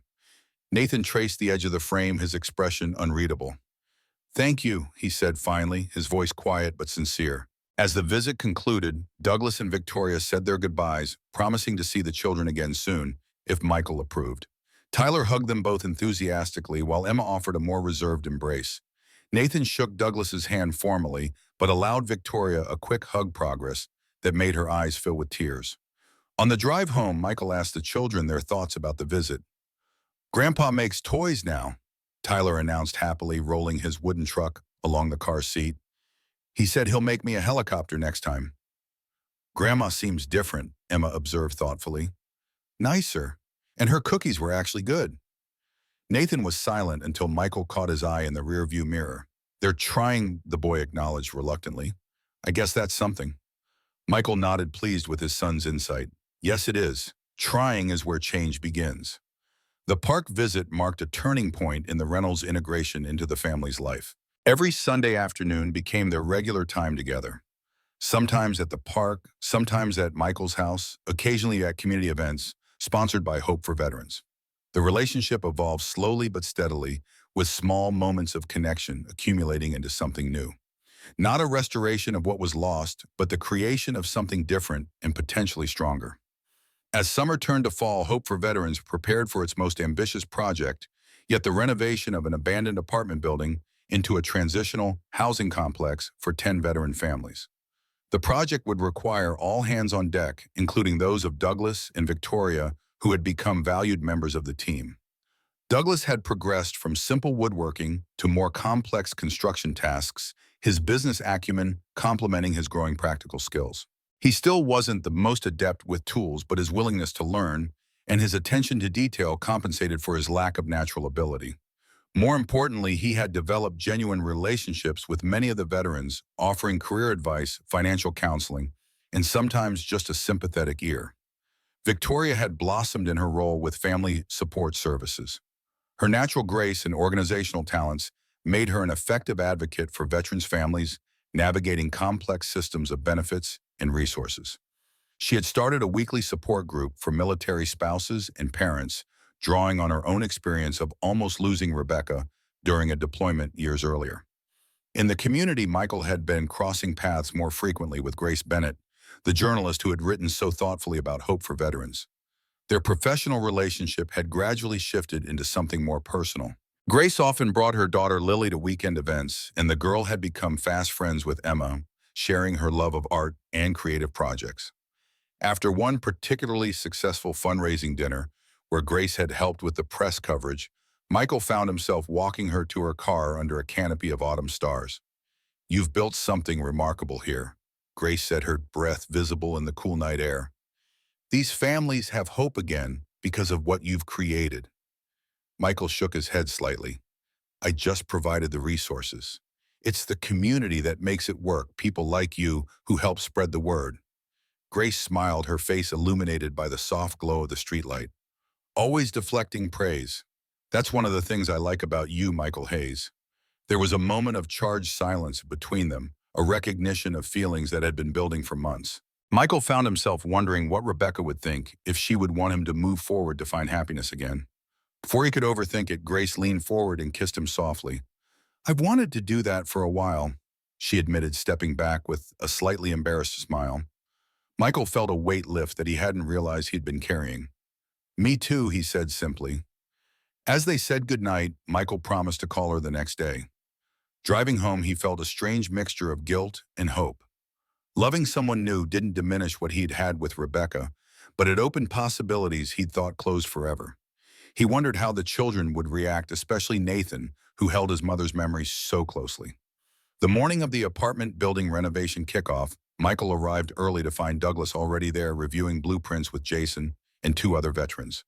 The older man looked up as Michael approached, a gleam of excitement in his eyes. "Michael, I've been thinking about the second floor layout," Douglas began, pointing to the blueprints. "If we reconfigure these walls, we could create a shared community space for the families, a place for children to do homework, adults to socialize. Building community is as important as providing shelter." Michael studied the proposed changes, impressed by Douglas's insight. "That's actually a great idea.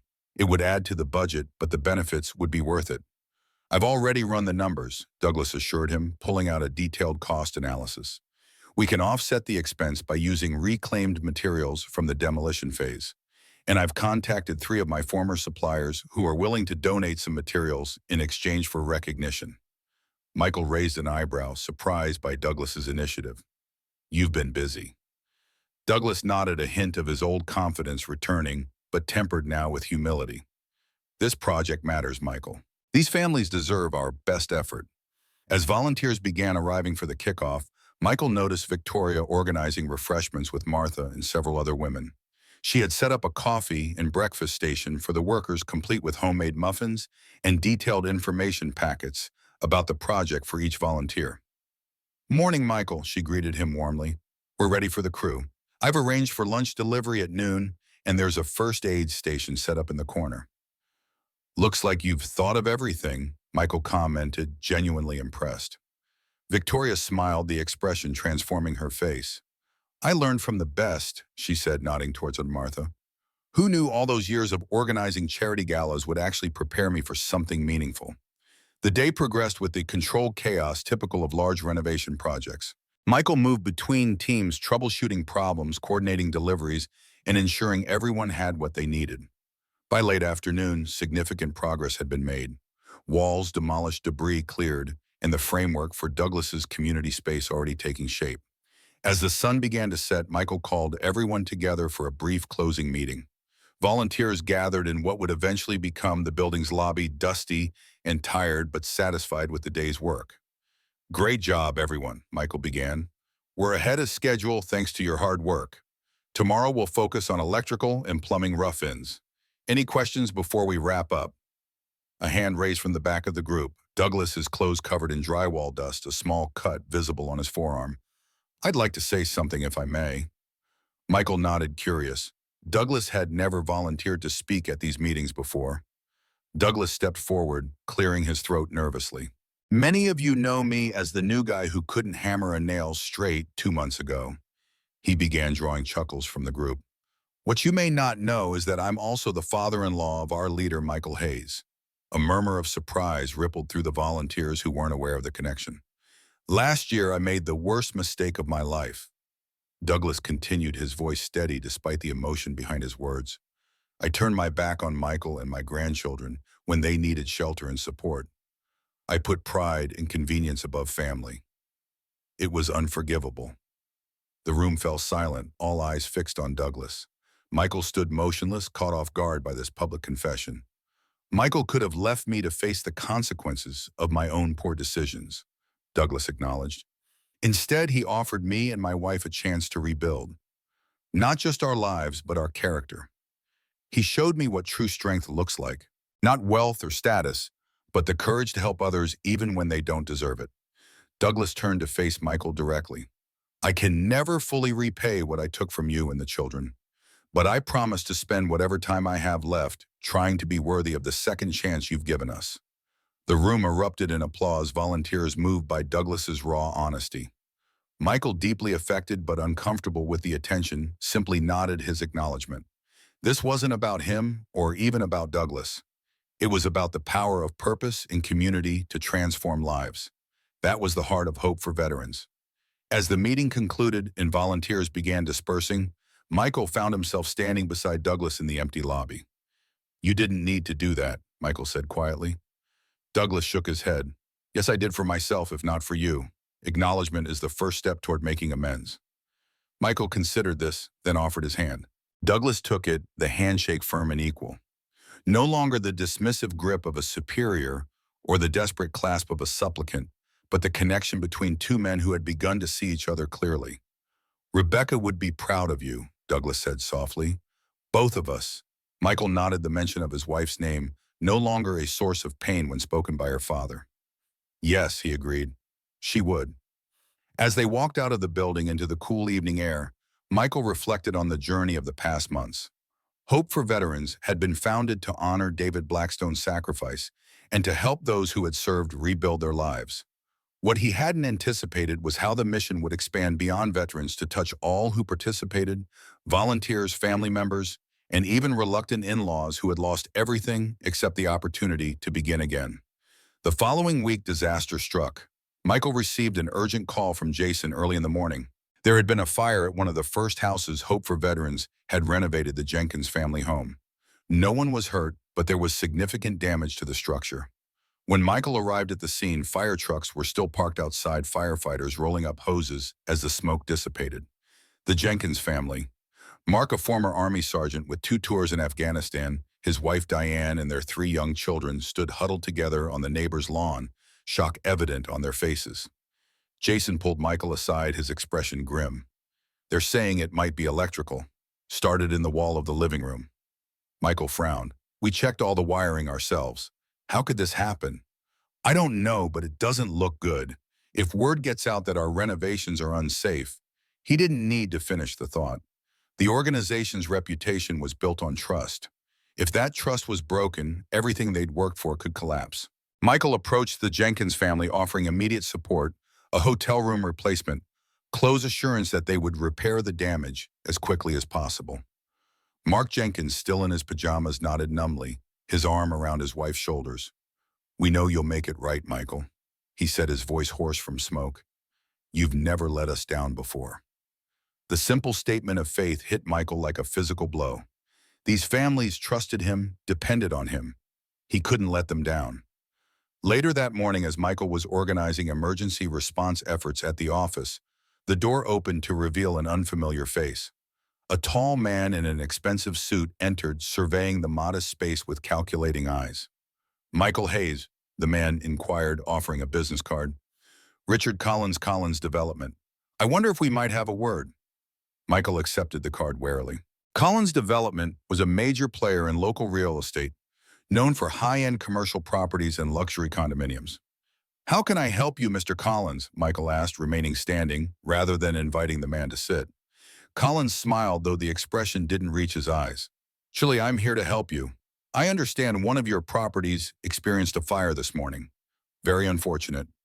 The speed with which Collins had learned about the fire raised immediate red flags for Michael. News travels fast. It does indeed, particularly bad news. Collins glanced around the office, taking in the renovation plans pinned to the walls, the volunteer sign-up sheets, the photographs of veterans' families receiving house keys. "You've done admirable work here, Mr. Hayes, truly commendable. But perhaps you're stretching yourself too thin." "What exactly are you proposing, Mr. Collins?" Collins leaned forward slightly. "I'd like to buy your properties, all of them, for a very fair price. My company has the resources to complete these renovations properly, with professional contractors, proper permits, proper inspections." The emphasis on proper wasn't subtle. "Our renovations meet all code requirements," Michael replied evenly, "and the properties aren't for sale, even after today's unfortunate incident. What if it happens again? What if someone gets hurt next time?" Collins's voice was smooth, reasonable. "Think about the liability, Mr. Hayes. Think about the families you're trying to help. Wouldn't they be better served by professionals with decades of experience?" Before Michael could respond, the office door opened again. Douglas walked in, freezing momentarily when he saw Collins. "Richard," Douglas said, his voice tight. "What brings you here?" Collins turned, surprise flickering across his face before settling into a practiced smile. "Douglas Reynolds, I hardly recognized you. Someone mentioned you were working with charity cases these days, but I couldn't quite believe it." The tension in the room was palpable. Michael looked between the 2 men, pieces falling into place. "You know each other." "We've done business together," Collins said dismissively. "You could say that." Douglas replied, his tone bitter. "Richard's development project is what bankrupted me, the one that mysteriously lost its financing after I'd already invested everything." Collins spread his hands in a gesture of innocence. "The market can be unpredictable, Douglas. You knew the risks." "I'm sure I did," Douglas said coldly. "Just like I know you're not here out of concern for veteran housing. What do you really want with Hope for Veterans?" Richard Collins's pleasant facade slipped slightly. "Always the suspicious one, Douglas. I'm making a simple business proposition. Nothing more." He turned back to Michael. "Think about my offer, Mr. Hayes. I'll be in touch." After Collins left, Michael turned to Douglas. "What was that about?" Douglas's face was grim. "Richard Collins doesn't make offers out of the goodness of his heart. He wants something. I just don't know what yet." "The Jenkins house fire, do you think there could be a connection?" Douglas hesitated. It would be a serious accusation to make without proof, but I wouldn't put anything past Richard. He's ruthless when he wants something. Then we need to find out what he's after, Michael said. And in the meantime, we need to have the fire officially investigated. Within days, Grace published an article in the Riverdale Chronicle about the fire at the Jenkins home. Though she was careful to be balanced, mentioning hope for veterans' immediate response and commitment to the family, the story inevitably raised questions about the safety of the renovated houses. Michael found himself defending the organization's work to concerned volunteers, potential donors, and even some of the veteran families themselves. The fire inspector's report was inconclusive. The fire had indeed started in the wall, but the exact cause was difficult to determine due to the damage. The timing couldn't have been worse. Hope for Veterans was in the middle of its largest project to date, with the apartment building renovation requiring significant resources and community support. If confidence in their work eroded, the entire project could be jeopardized. One evening after a particularly difficult day of damage control, Michael sat on his back porch with Grace discussing the situation. Her daughter Lily was inside with Emma, the two girls working on an art project together. "Something doesn't add up about Collins," Grace said, tapping her pen against her notebook. "I did some digging. His company has been buying up properties all around the areas where Hope for Veterans operates. Small parcels, different corporate names, but all tracing back to Collins' development." "For what purpose?" Michael wondered. "Those neighborhoods aren't exactly prime real estate." "Not yet," Grace replied. "But there's a proposal before the city council to rezone that entire section for mixed-use development. If it passes, property values would skyrocket." Michael frowned. "And our houses for veterans would be right in the middle." "Exactly. Fixed at affordable rates with long-term leases that would prevent quick sales." Grace leaned forward. "You're not just providing housing, Michael. You're inadvertently blocking a major development plan." The realization was sobering. Collins wasn't concerned about safety or professional standards. He saw Hope for Veterans as an obstacle to profit, and if he was willing to go as far as sabotaging a house. "We need proof," Michael said. "If Collins is behind the fire, we need to expose him." "That won't be easy," Grace cautioned. "Men like Collins are careful. They keep their hands clean." "Then we'll have to be smarter than him." The next day brought another surprise. When Michael arrived at the office, he found Victoria alone, tears in her eyes. "Victoria, what's wrong? Where's Douglas?" She wiped her eyes quickly, trying to compose herself. "He left early this morning, said he had a meeting." Something in her voice set off alarm bells. "What kind of meeting?" Victoria hesitated. "With Richard Collins." Michael felt a cold knot form in his stomach. "Did he say why?" "He said Collins called, wanted to discuss old times. I told him it was a bad idea, that Collins couldn't be trusted, but he insisted it was an opportunity to gather information." She looked up at Michael, her eyes red-rimmed. "Douglas has been different lately, better, kinder. But when Collins called, I saw something in him. A flicker of his old self, the ambition, the pride." Michael placed a reassuring hand on her shoulder. "Douglas has come a long way. We have to trust that he'll make the right choice." But as the day progressed with no word from Douglas, Michael's concern grew. When Douglas finally returned late in the afternoon, his expression was guarded, his manner distracted. "How was your meeting?" Michael asked casually. "Informative," Douglas replied vaguely. "Collins hasn't changed. Still the same smooth talker, always working an angle." "And what angle is he working now?" Douglas shrugged. "The usual. Money, power, status. Nothing that would interest us here." The dismissive tone was reminiscent of the old Douglas, the one who measured everything by financial worth. Michael felt a flicker of unease, but pushed it aside. Everyone had moments of regression. The true test was in the choices they made. That weekend, Nathan accompanied Michael to check on the progress at the apartment building renovation. The boy had been showing increasing interest in Hope for Veterans, asking thoughtful questions about the organization's work and occasionally offering surprisingly insightful suggestions. As they walked through the partially completed structure, Nathan pointed to a section of exposed wiring. "Dad, is that supposed to be like that?" "The wires look different from the ones over there." Michael knelt to examine the wiring more closely. Nathan was right. There was a clear difference in the gauge and insulation between these wires and the others they'd installed. "Good catch, Nathan. This isn't our work." Michael carefully traced the wiring to a junction box that had been recently accessed. Inside, he found signs of tampering, amateur splices, incorrect connections, a potential fire hazard intentionally created. Someone's been messing with our electrical work, Michael said, a cold anger building inside him. And they knew exactly what they were doing. Nathan's eyes widened. Like the fire at this Jenkins house, someone did that on purpose. Michael nodded grimly. I think so.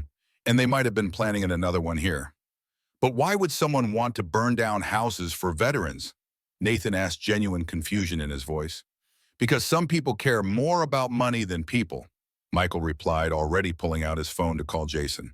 But we're not going to let them get away with it. The discovery of the tampered wiring led to a complete security overhaul at All Hope for Veterans Properties. Michael installed cameras, changed locks, and implemented a sign-in system for all contractors and volunteers. He also hired a professional electrical inspector to review every property they'd renovated at considerable expense to the organization. The precautions were necessary but costly both financially and in terms of progress. The apartment building renovation fell behind schedule as they meticulously checked and rechecked every aspect of the construction. Through it all, Michael kept a careful eye on Douglas. The older man remained committed to his work, putting in long hours and offering valuable insights. Yet there was a new guardedness about him, a reluctance to discuss Collins or the development plans Grace had uncovered. Then 3 weeks after the discovery of the tampered wiring, Nathan approached Michael after dinner, his expression troubled. Dad, I need to tell you something, he said, fidgeting with the hem of his shirt. It's about Grandpa. Michael sat down, giving his son his full attention. What about him? I went to visit Grandma yesterday after school. She was teaching me how to make those cookies Emma likes. Nathan paused, gathering his thoughts. While I was there, Grandpa came home. He was arguing with someone on the phone. He didn't know I could hear him. Who was he talking to? I think it was Mr. Collins. Grandpa kept saying he needed more time, that he couldn't get the information right away without looking suspicious. Nathan looked up, his eyes troubled. Dad, is Grandpa doing something bad? Michael felt a weight settle in his chest. He'd wanted to believe in Douglas's transformation to give him the benefit of the doubt. But if he was secretly working with Collins... I don't know, Nathan, but we're going to find out. Later that night, after the children were asleep, Michael drove to the Hope for Veterans office. He needed to check the financial records to see if there was any evidence of information being leaked to Collins. As he approached the darkened building, he noticed a faint light coming from inside. Cautiously, he unlocked the door and made his way to the back office. There, bent over the filing cabinet containing all their property deeds and financial documents, was Douglas. Looking for something? Michael asked quietly. Douglas startled, nearly dropping the folder in his hands. Michael, I was just organizing some files. At 11 o'clock at night, without telling anyone, Michael stepped into the room, closing the door behind him. Nathan overheard your phone call with Collins. The color drained from Douglas's face. It's not what you think. Then explain it to me. Because from where I'm standing, it looks like you're betraying us, again. Douglas sank into a chair, the folder still clutched in his hands. Collins approached me after you turned down his offer, said he knew I was in a unique position to help him, that if I provided certain information about Hope for Veterans, financial records, property details, weak points he could exploit, he'd give me a position in his company, a way back to my old life. And you agreed, Michael said, disappointment heavy in his voice. I told him I would, Douglas admitted. I wanted to see what he was really after, what he was willing to do to get it. So you've been, what, playing double agent, feeding him information. Useless information, budget estimates that are already public, property assessments anyone could get from the county recorder. Douglas opened the folder, revealing a stack of documents. But I've also been gathering evidence. Notes from our conversations. Recordings. Recordings, Douglas nodded. I wear a wire every time we meet. He doesn't suspect a thing. He's too convinced of his own cleverness, too certain of my greed. He pulled a small digital recorder from his pocket. It's all here, Michael, including his admission that he arranged the fire at the Jenkins house. He called it a demonstration of the risks of amateur renovations. Michael stared at the recorder, then back at Douglas, reassessing everything. Why didn't you tell me? Because I needed Collins to believe I was genuine. The fewer people who knew, the more convincing it would be. Douglas ran a hand through his thinning hair. And maybe I needed to do this alone, to prove to myself as much as to you that I've changed, that I'm not the man who would sell out his family for status and comfort. Michael was silent for a long moment, processing everything. Victoria knows, Douglas nodded. She figured it out. Wasn't happy about it, but she understood. What else did Collins tell you? What's he really after? The apartment building is the key. It sits at the center of what would be the main plaza in his development plan. With that property secure under Hope for Veterans, his entire project is stalled. Douglas leaned forward. But there's more. He's desperate, Michael. The investors are pressuring him. He's leverages everything on this development. If it fails, he's ruined. Just like he ruined you, Michael observed. A grim smile crossed Douglas's face. Ironic, isn't it? The same project that destroyed me could be his downfall too. So what's our next move? Collins wants to meet tomorrow. He's demanding concrete information, floor plans for the apartment building, details on our security systems, the names of veterans willing to accept buyouts to leave. Douglas held up the recorder. I say we give him exactly what he's asking for with the police listening in. Michael considered the plan. It was risky, but if it worked, they could expose Collins and protect Hope for Veterans in one move. All right, he agreed, but we do this carefully, and we involve Grace. Her newspaper coverage will ensure this doesn't get swept under the rug. The next day, as Douglas prepared for his meeting with Collins, Michael gathered the core team of Hope for Veterans to explain the situation. Jason, Martha, Victoria, and Grace listened intently as he outlined what they had learned and the plan to expose Collins. We need to be ready for fallout, Michael concluded. If this goes wrong, Collins could retaliate against the organization or the families we serve. We should warn the families, Martha suggested. Make sure they're prepared. And double-check the security at all our properties, Jason added, just in case Collins has more demonstrations planned. Grace was already taking notes. I'll have a photographer ready if we can get photos of the meeting that adds credibility to the story. Victoria, who had been quiet throughout the discussion, finally spoke. I'm worried about Douglas. Collins is dangerous. If he suspects anything... Michael understood her concern. Despite everything, Douglas was walking into a risky situation. We'll have the police nearby, and Douglas knows how to handle himself. As the others left to carry out their assignments, Victoria remained behind. Thank you, she said simply, for believing in him, for giving him the chance to make this right. Michael nodded. Everyone deserves the opportunity to choose a better path. That's what Hope for Veterans has always been about. The meeting with Collins was set for a small cafe on the edge of town. Douglas wore a wire with detectives listening from an unmarked car nearby. Michael and Grace waited in a separate vehicle, ready to document whatever transpired. Through the cafe window, they could see Douglas sitting at a corner table, a folder of documents in front of him. Collins arrived precisely on time, impeccably dressed, as always, his confident stride betraying no hint of concern as he joined Douglas. The two men spoke for several minutes, their conversation inaudible from Michael's position. Then Collins opened the folder, examining the contents with growing satisfaction. He reached into his jacket, producing an envelope, which he slid across the table to Douglas. That's the payment, Grace whispered, her camera clicking rapidly. We've got him. But before Douglas could respond, Collins leaned forward, saying something that made Douglas's posture stiffen. The older man's hand moved to his chest where the wire was hidden, and Collins's eyes narrowed with sudden suspicion. Something's wrong, Michael muttered, already reaching for the door handle. Inside the cafe, Collins lunged across the table, grabbing Douglas by the lapel. A waiter moved to intervene, but Collins shoved him aside, his face contorted with rage as he discovered the wire beneath Douglas's shirt. The detectives burst in from the street, shouting commands. Collins released Douglas, backing away, with his hands raised, the picture of injured innocence. But the damage was done. The wire had captured everything: the bribe, the admission of sabotage, the threats against Hope for Veterans, and the families they served. As the detectives handcuffed Collins, reading him his rights, the developer locked eyes with Michael, who had entered behind the police. This isn't over, Hayes, Collins snarled. You have no idea who you're dealing with. Michael met his gaze steadily. Neither did you. In the aftermath, Douglas was shaken but unharmed. Victoria rushed to his side, enveloping him in a fierce hug that spoke volumes about her fear and relief.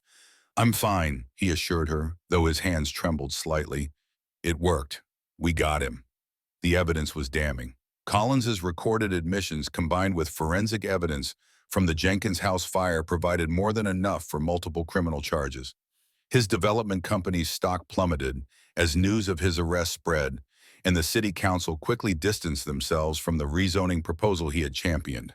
The victory should have felt complete, but Michael knew better than to underestimate a man like Collins. Even from jail awaiting trial, he had resources and connections.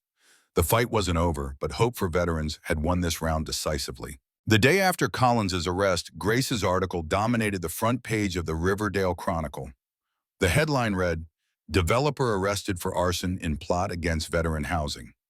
The story detailed Collins's scheme, the brave undercover work by Douglas Reynolds, and the commitment of Hope for Veterans to continue their mission despite the attacks. Public support for the organization surged. Donations poured in, volunteers signed up in record numbers, and the city council unanimously approved an expedited permit process for the apartment building renovation. What Collins had tried to destroy, he had inadvertently strengthened. That evening, the Hayes family hosted a small celebration dinner. Martha Jason Douglas, Victoria Grace, and Lily joined them around the expanded dining table, the mood festive despite the serious events of the past days. As Michael looked around at the gathered faces, his children animated and secure, Grace, her eyes meeting his with quiet understanding. Martha, whose kindness had been their first shelter. Douglas and Victoria, who had found their way to redemption through service, he felt a profound sense of gratitude. They had faced challenges he could never have anticipated when he first opened that cream-colored envelope containing David's letter. But through each obstacle, the vision had grown stronger, the community more resilient. What had begun as one man's tribute to a fallen comrade had become a movement touching lives far beyond the initial scope of providing housing. Later, after the guests had gone and the children were in bed, Michael stood on the back porch watching the moonlight on the lake.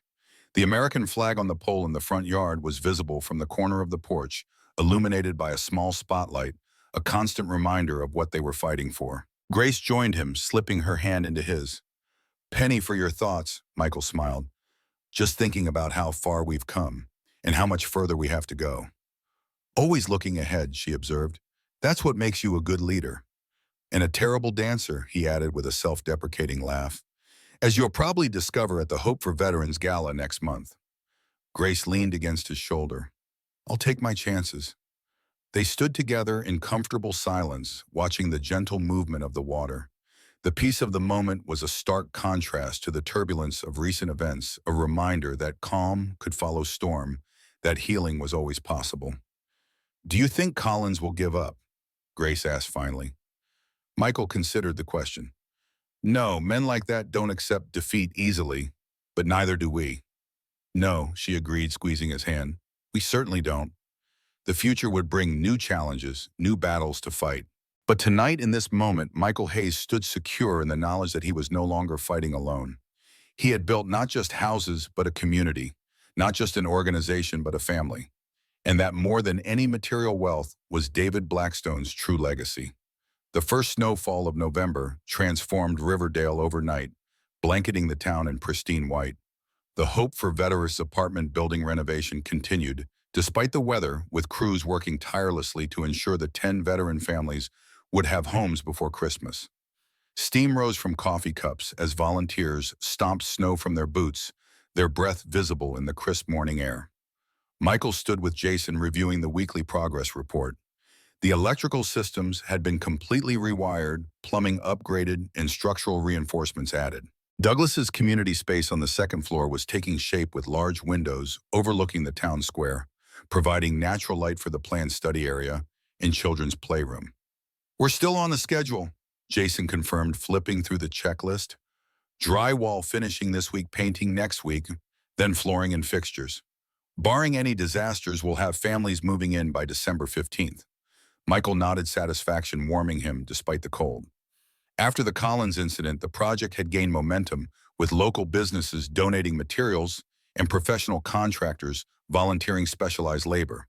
What had started as a modest renovation had evolved into a showcase of what was possible when a community united behind a purpose. "Dad," Nathan's voice called from across the site. The boy was helping distribute hot chocolate to the volunteers, a Saturday ritual he had initiated himself. At 10, he had grown noticeably in the past months, not just physically, but in confidence and maturity. Pastor Anderson is here with the furniture delivery. Michael made his way through the bustling work site to the loading area where Pastor Anderson supervised the unloading of a moving truck. Inside were beds, tables, chairs, and dressers, all refurbished by local church volunteers. Quite a haul, Michael remarked, helping guide a sofa through the narrow doorway.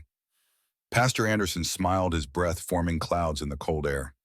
The congregation really rallied after the Collins situation. Nothing unites people like a common adversary. And a common purpose, Michael added. These families deserve a fresh start. As they worked, Douglas approached clipboard in hand. In the months since the undercover operation, he had taken on increased responsibility at Hope for Veterans, applying his business acumen to streamline operations and expand fundraising. The once proud executive now wore work boots and flannel with ease, his hands calloused from physical labor, his face weathered but somehow younger in spirit. "Michael, we need to finalize the family assignments for the apartments," Douglas said. "Victoria and Martha have completed the assessments. We have 14 eligible families for 10 units." Michael winced.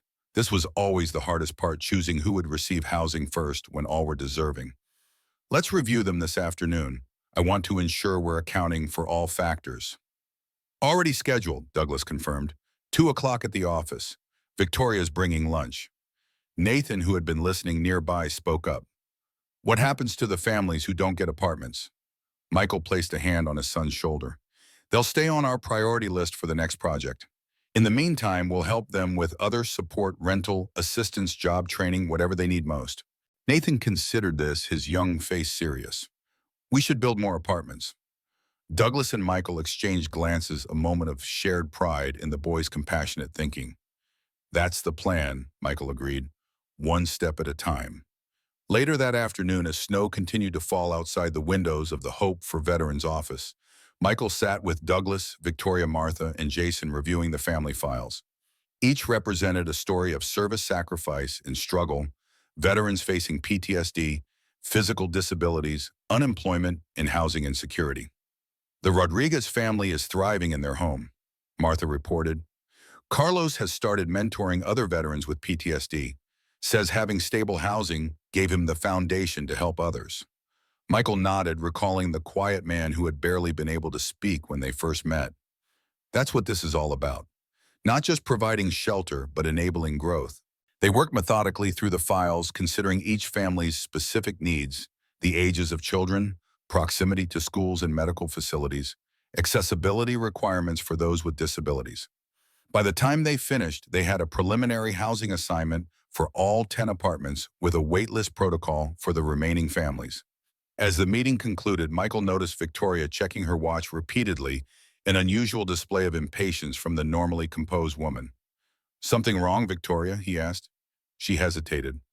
"Not wrong exactly, but there's somewhere Douglas and I need to be at 4. A surprise for the children for Thanksgiving." Michael raised an eyebrow, curious.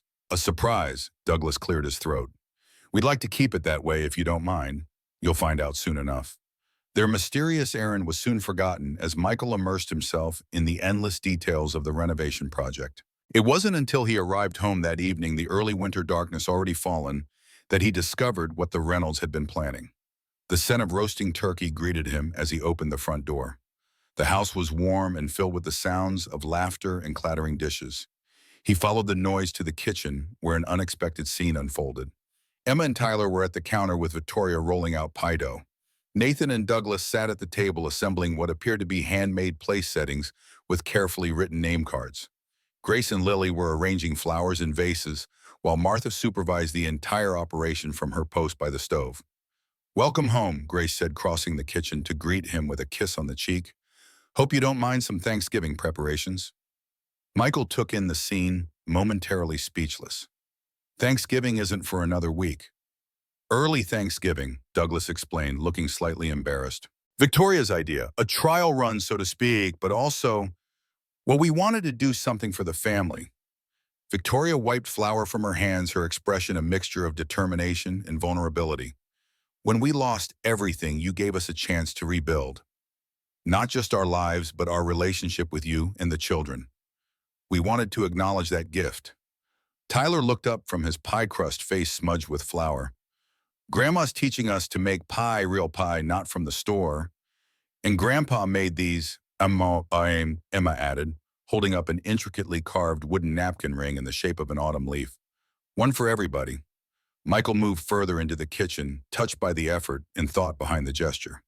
This wasn't the Reynolds of old, hosting elaborate catered affairs to impress business associates. This was something authentic, hands-on, imperfect, genuine.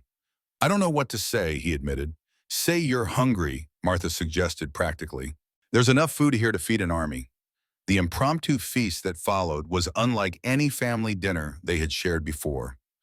The dining table extended to its full length, accommodated everyone comfortably. The food was abundant: turkey, mashed potatoes, green beans, 3 different paways, all prepared with more enthusiasm than expertise, but delicious nonetheless. As they ate, Michael observed the interactions around the table. Nathan still reserved with Douglas, but engaged in conversation about a school history project. Emma showing Victoria her latest artwork. Tyler regaling Lily with an elaborate story about his kindergarten adventures. Grace catching Michael's eye occasionally, her smile reflecting his own contentment. During a lull in the conversation, Douglas tapped his glass lightly with a spoon. If I might say a few words. He stood suddenly looking nervous, a man more accustomed to boardroom presentations than family speeches. A year ago, Victoria and I made the worst mistake of our lives. He began, his voice steady, despite the emotion behind his words. We turned our backs on family when family needed us most. We put pride in appearances ahead of love and duty. Victoria reached up to take his hand, offering silent support. We can never fully make up for that, Douglas continued. But standing here today, being welcomed into this home, into these lives, his voice caught briefly. It's more than we deserve, and we are profoundly grateful. He raised his glass. To Michael, who taught us that true strength isn't found in wealth or status, but in compassion and service. To Nathan, Emma, and Tyler, who remind us daily of the remarkable daughter we raised.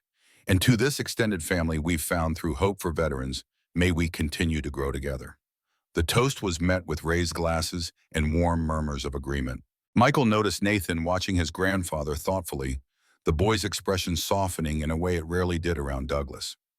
After dinner, as the adults cleared dishes and the younger children migrated to the living room for games, Nathan approached Douglas hesitantly. Grandpa, he said, the term still sounding slightly awkward on his lips, could you help me with something for school?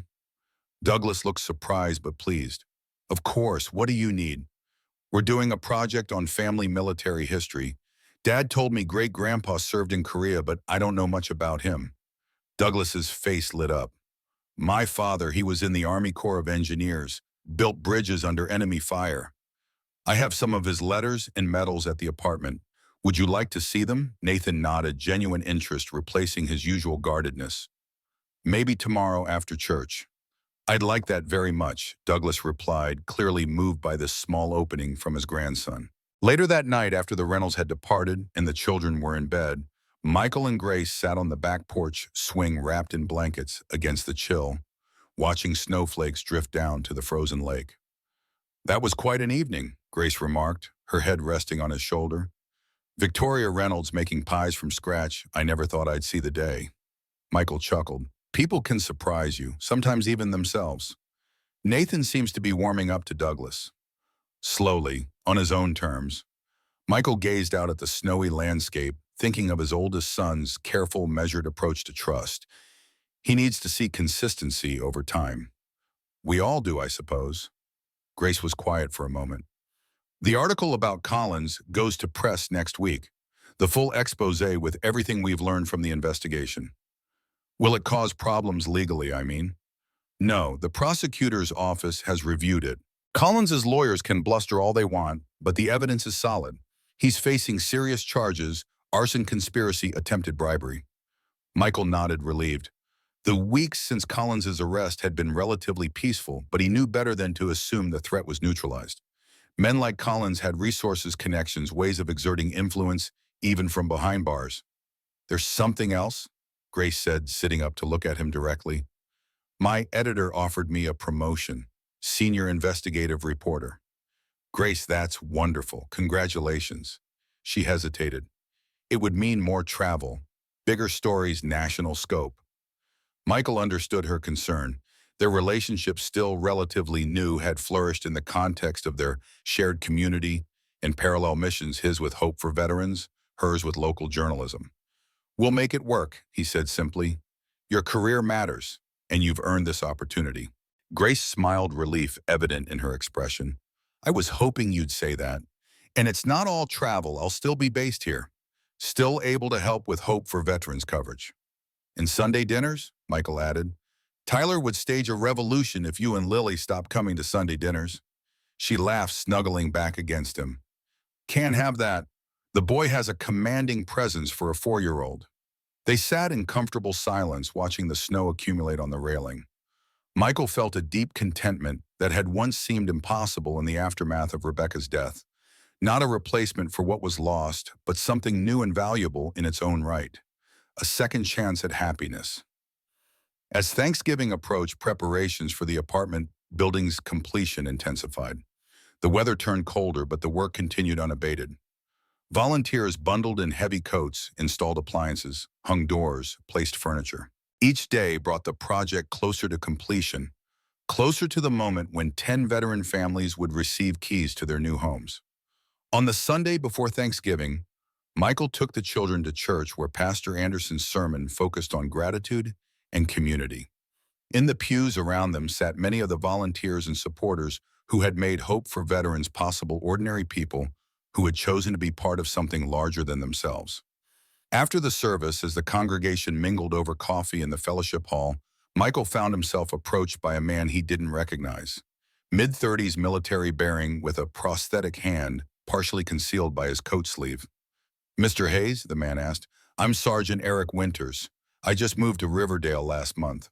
Michael shook his hand. "Welcome to Riverdale. Are you here with family?"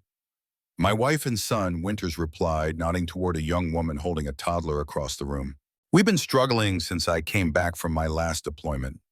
Lost our house in Denver, been staying with relatives. Someone told us about Hope for Veterans, said we should come check it out."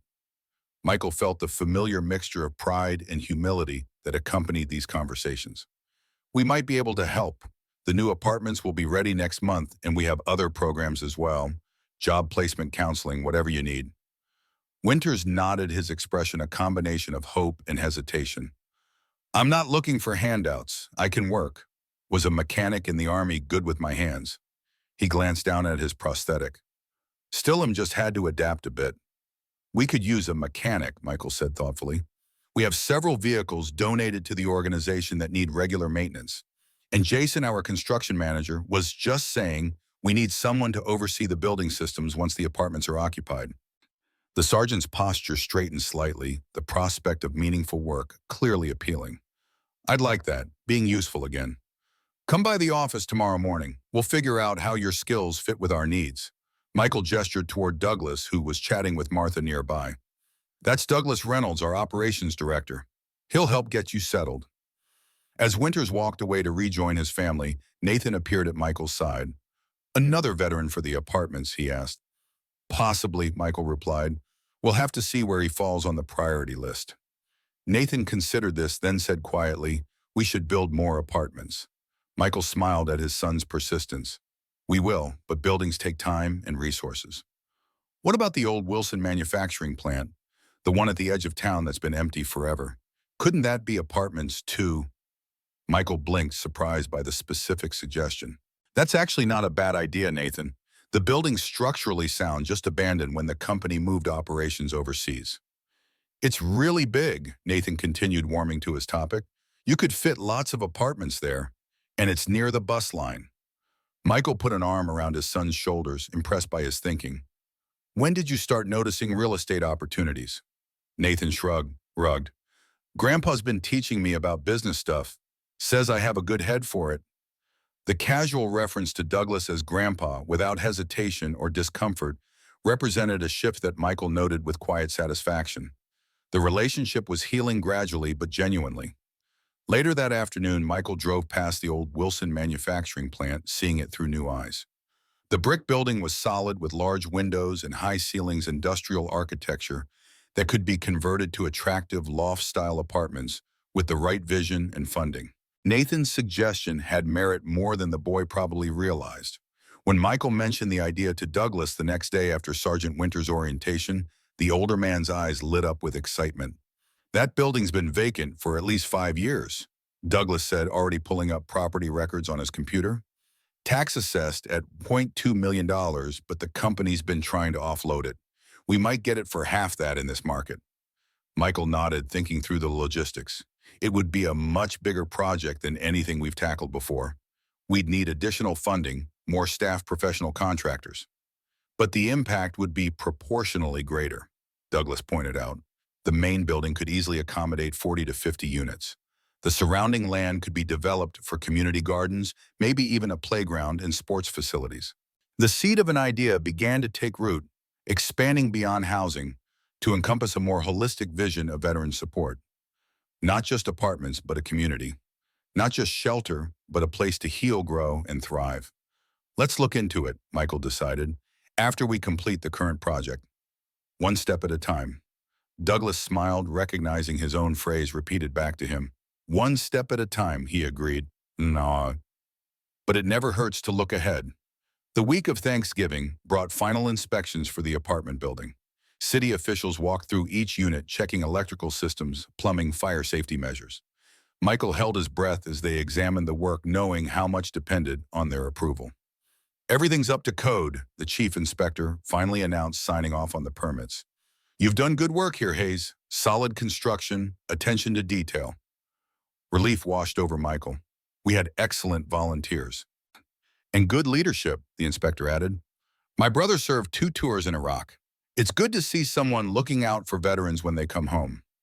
With the inspections passed, the final preparations could begin.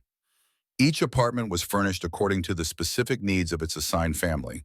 Beds for children, desks for students, accessible fixtures for those with disabilities. Douglas's community space on the second floor became a warm, inviting area with comfortable seating, bookshelves, computers, and a play area for children. On the day before Thanksgiving, Michael stood in the completed building, taking a final walkthrough before the official opening ceremony scheduled for the following week. The transformation was remarkable. What had once been a decaying, abandoned structure was now a vibrant living space, ready to welcome families who had served their country and needed a place to rebuild their lives. As he walked through the quiet hallways, Michael thought of David Blackstone and the promise that had started this journey. One soldier's debt paid forward, creating ripples of change that continued to expand. He thought of Rebecca, whose compassion had shaped his understanding of service and community. He thought of his children growing up with a deeper appreciation for sacrifice and resilience than he could have taught them through words alone. And he thought of the future, the Wilson manufacturing plant, with its potential for expansion, the growing network of support for veterans in Riverdale, the healing relationships within his own blended family. What had begun in loss and rejection had flowered into something beautiful and sustaining. Not perfect, not without challenges, but deeply fundamentally good. When Michael returned home that evening, he found the house alive with preparation for the next day's Thanksgiving celebration. Emma and Lily were making place cards at the dining room table.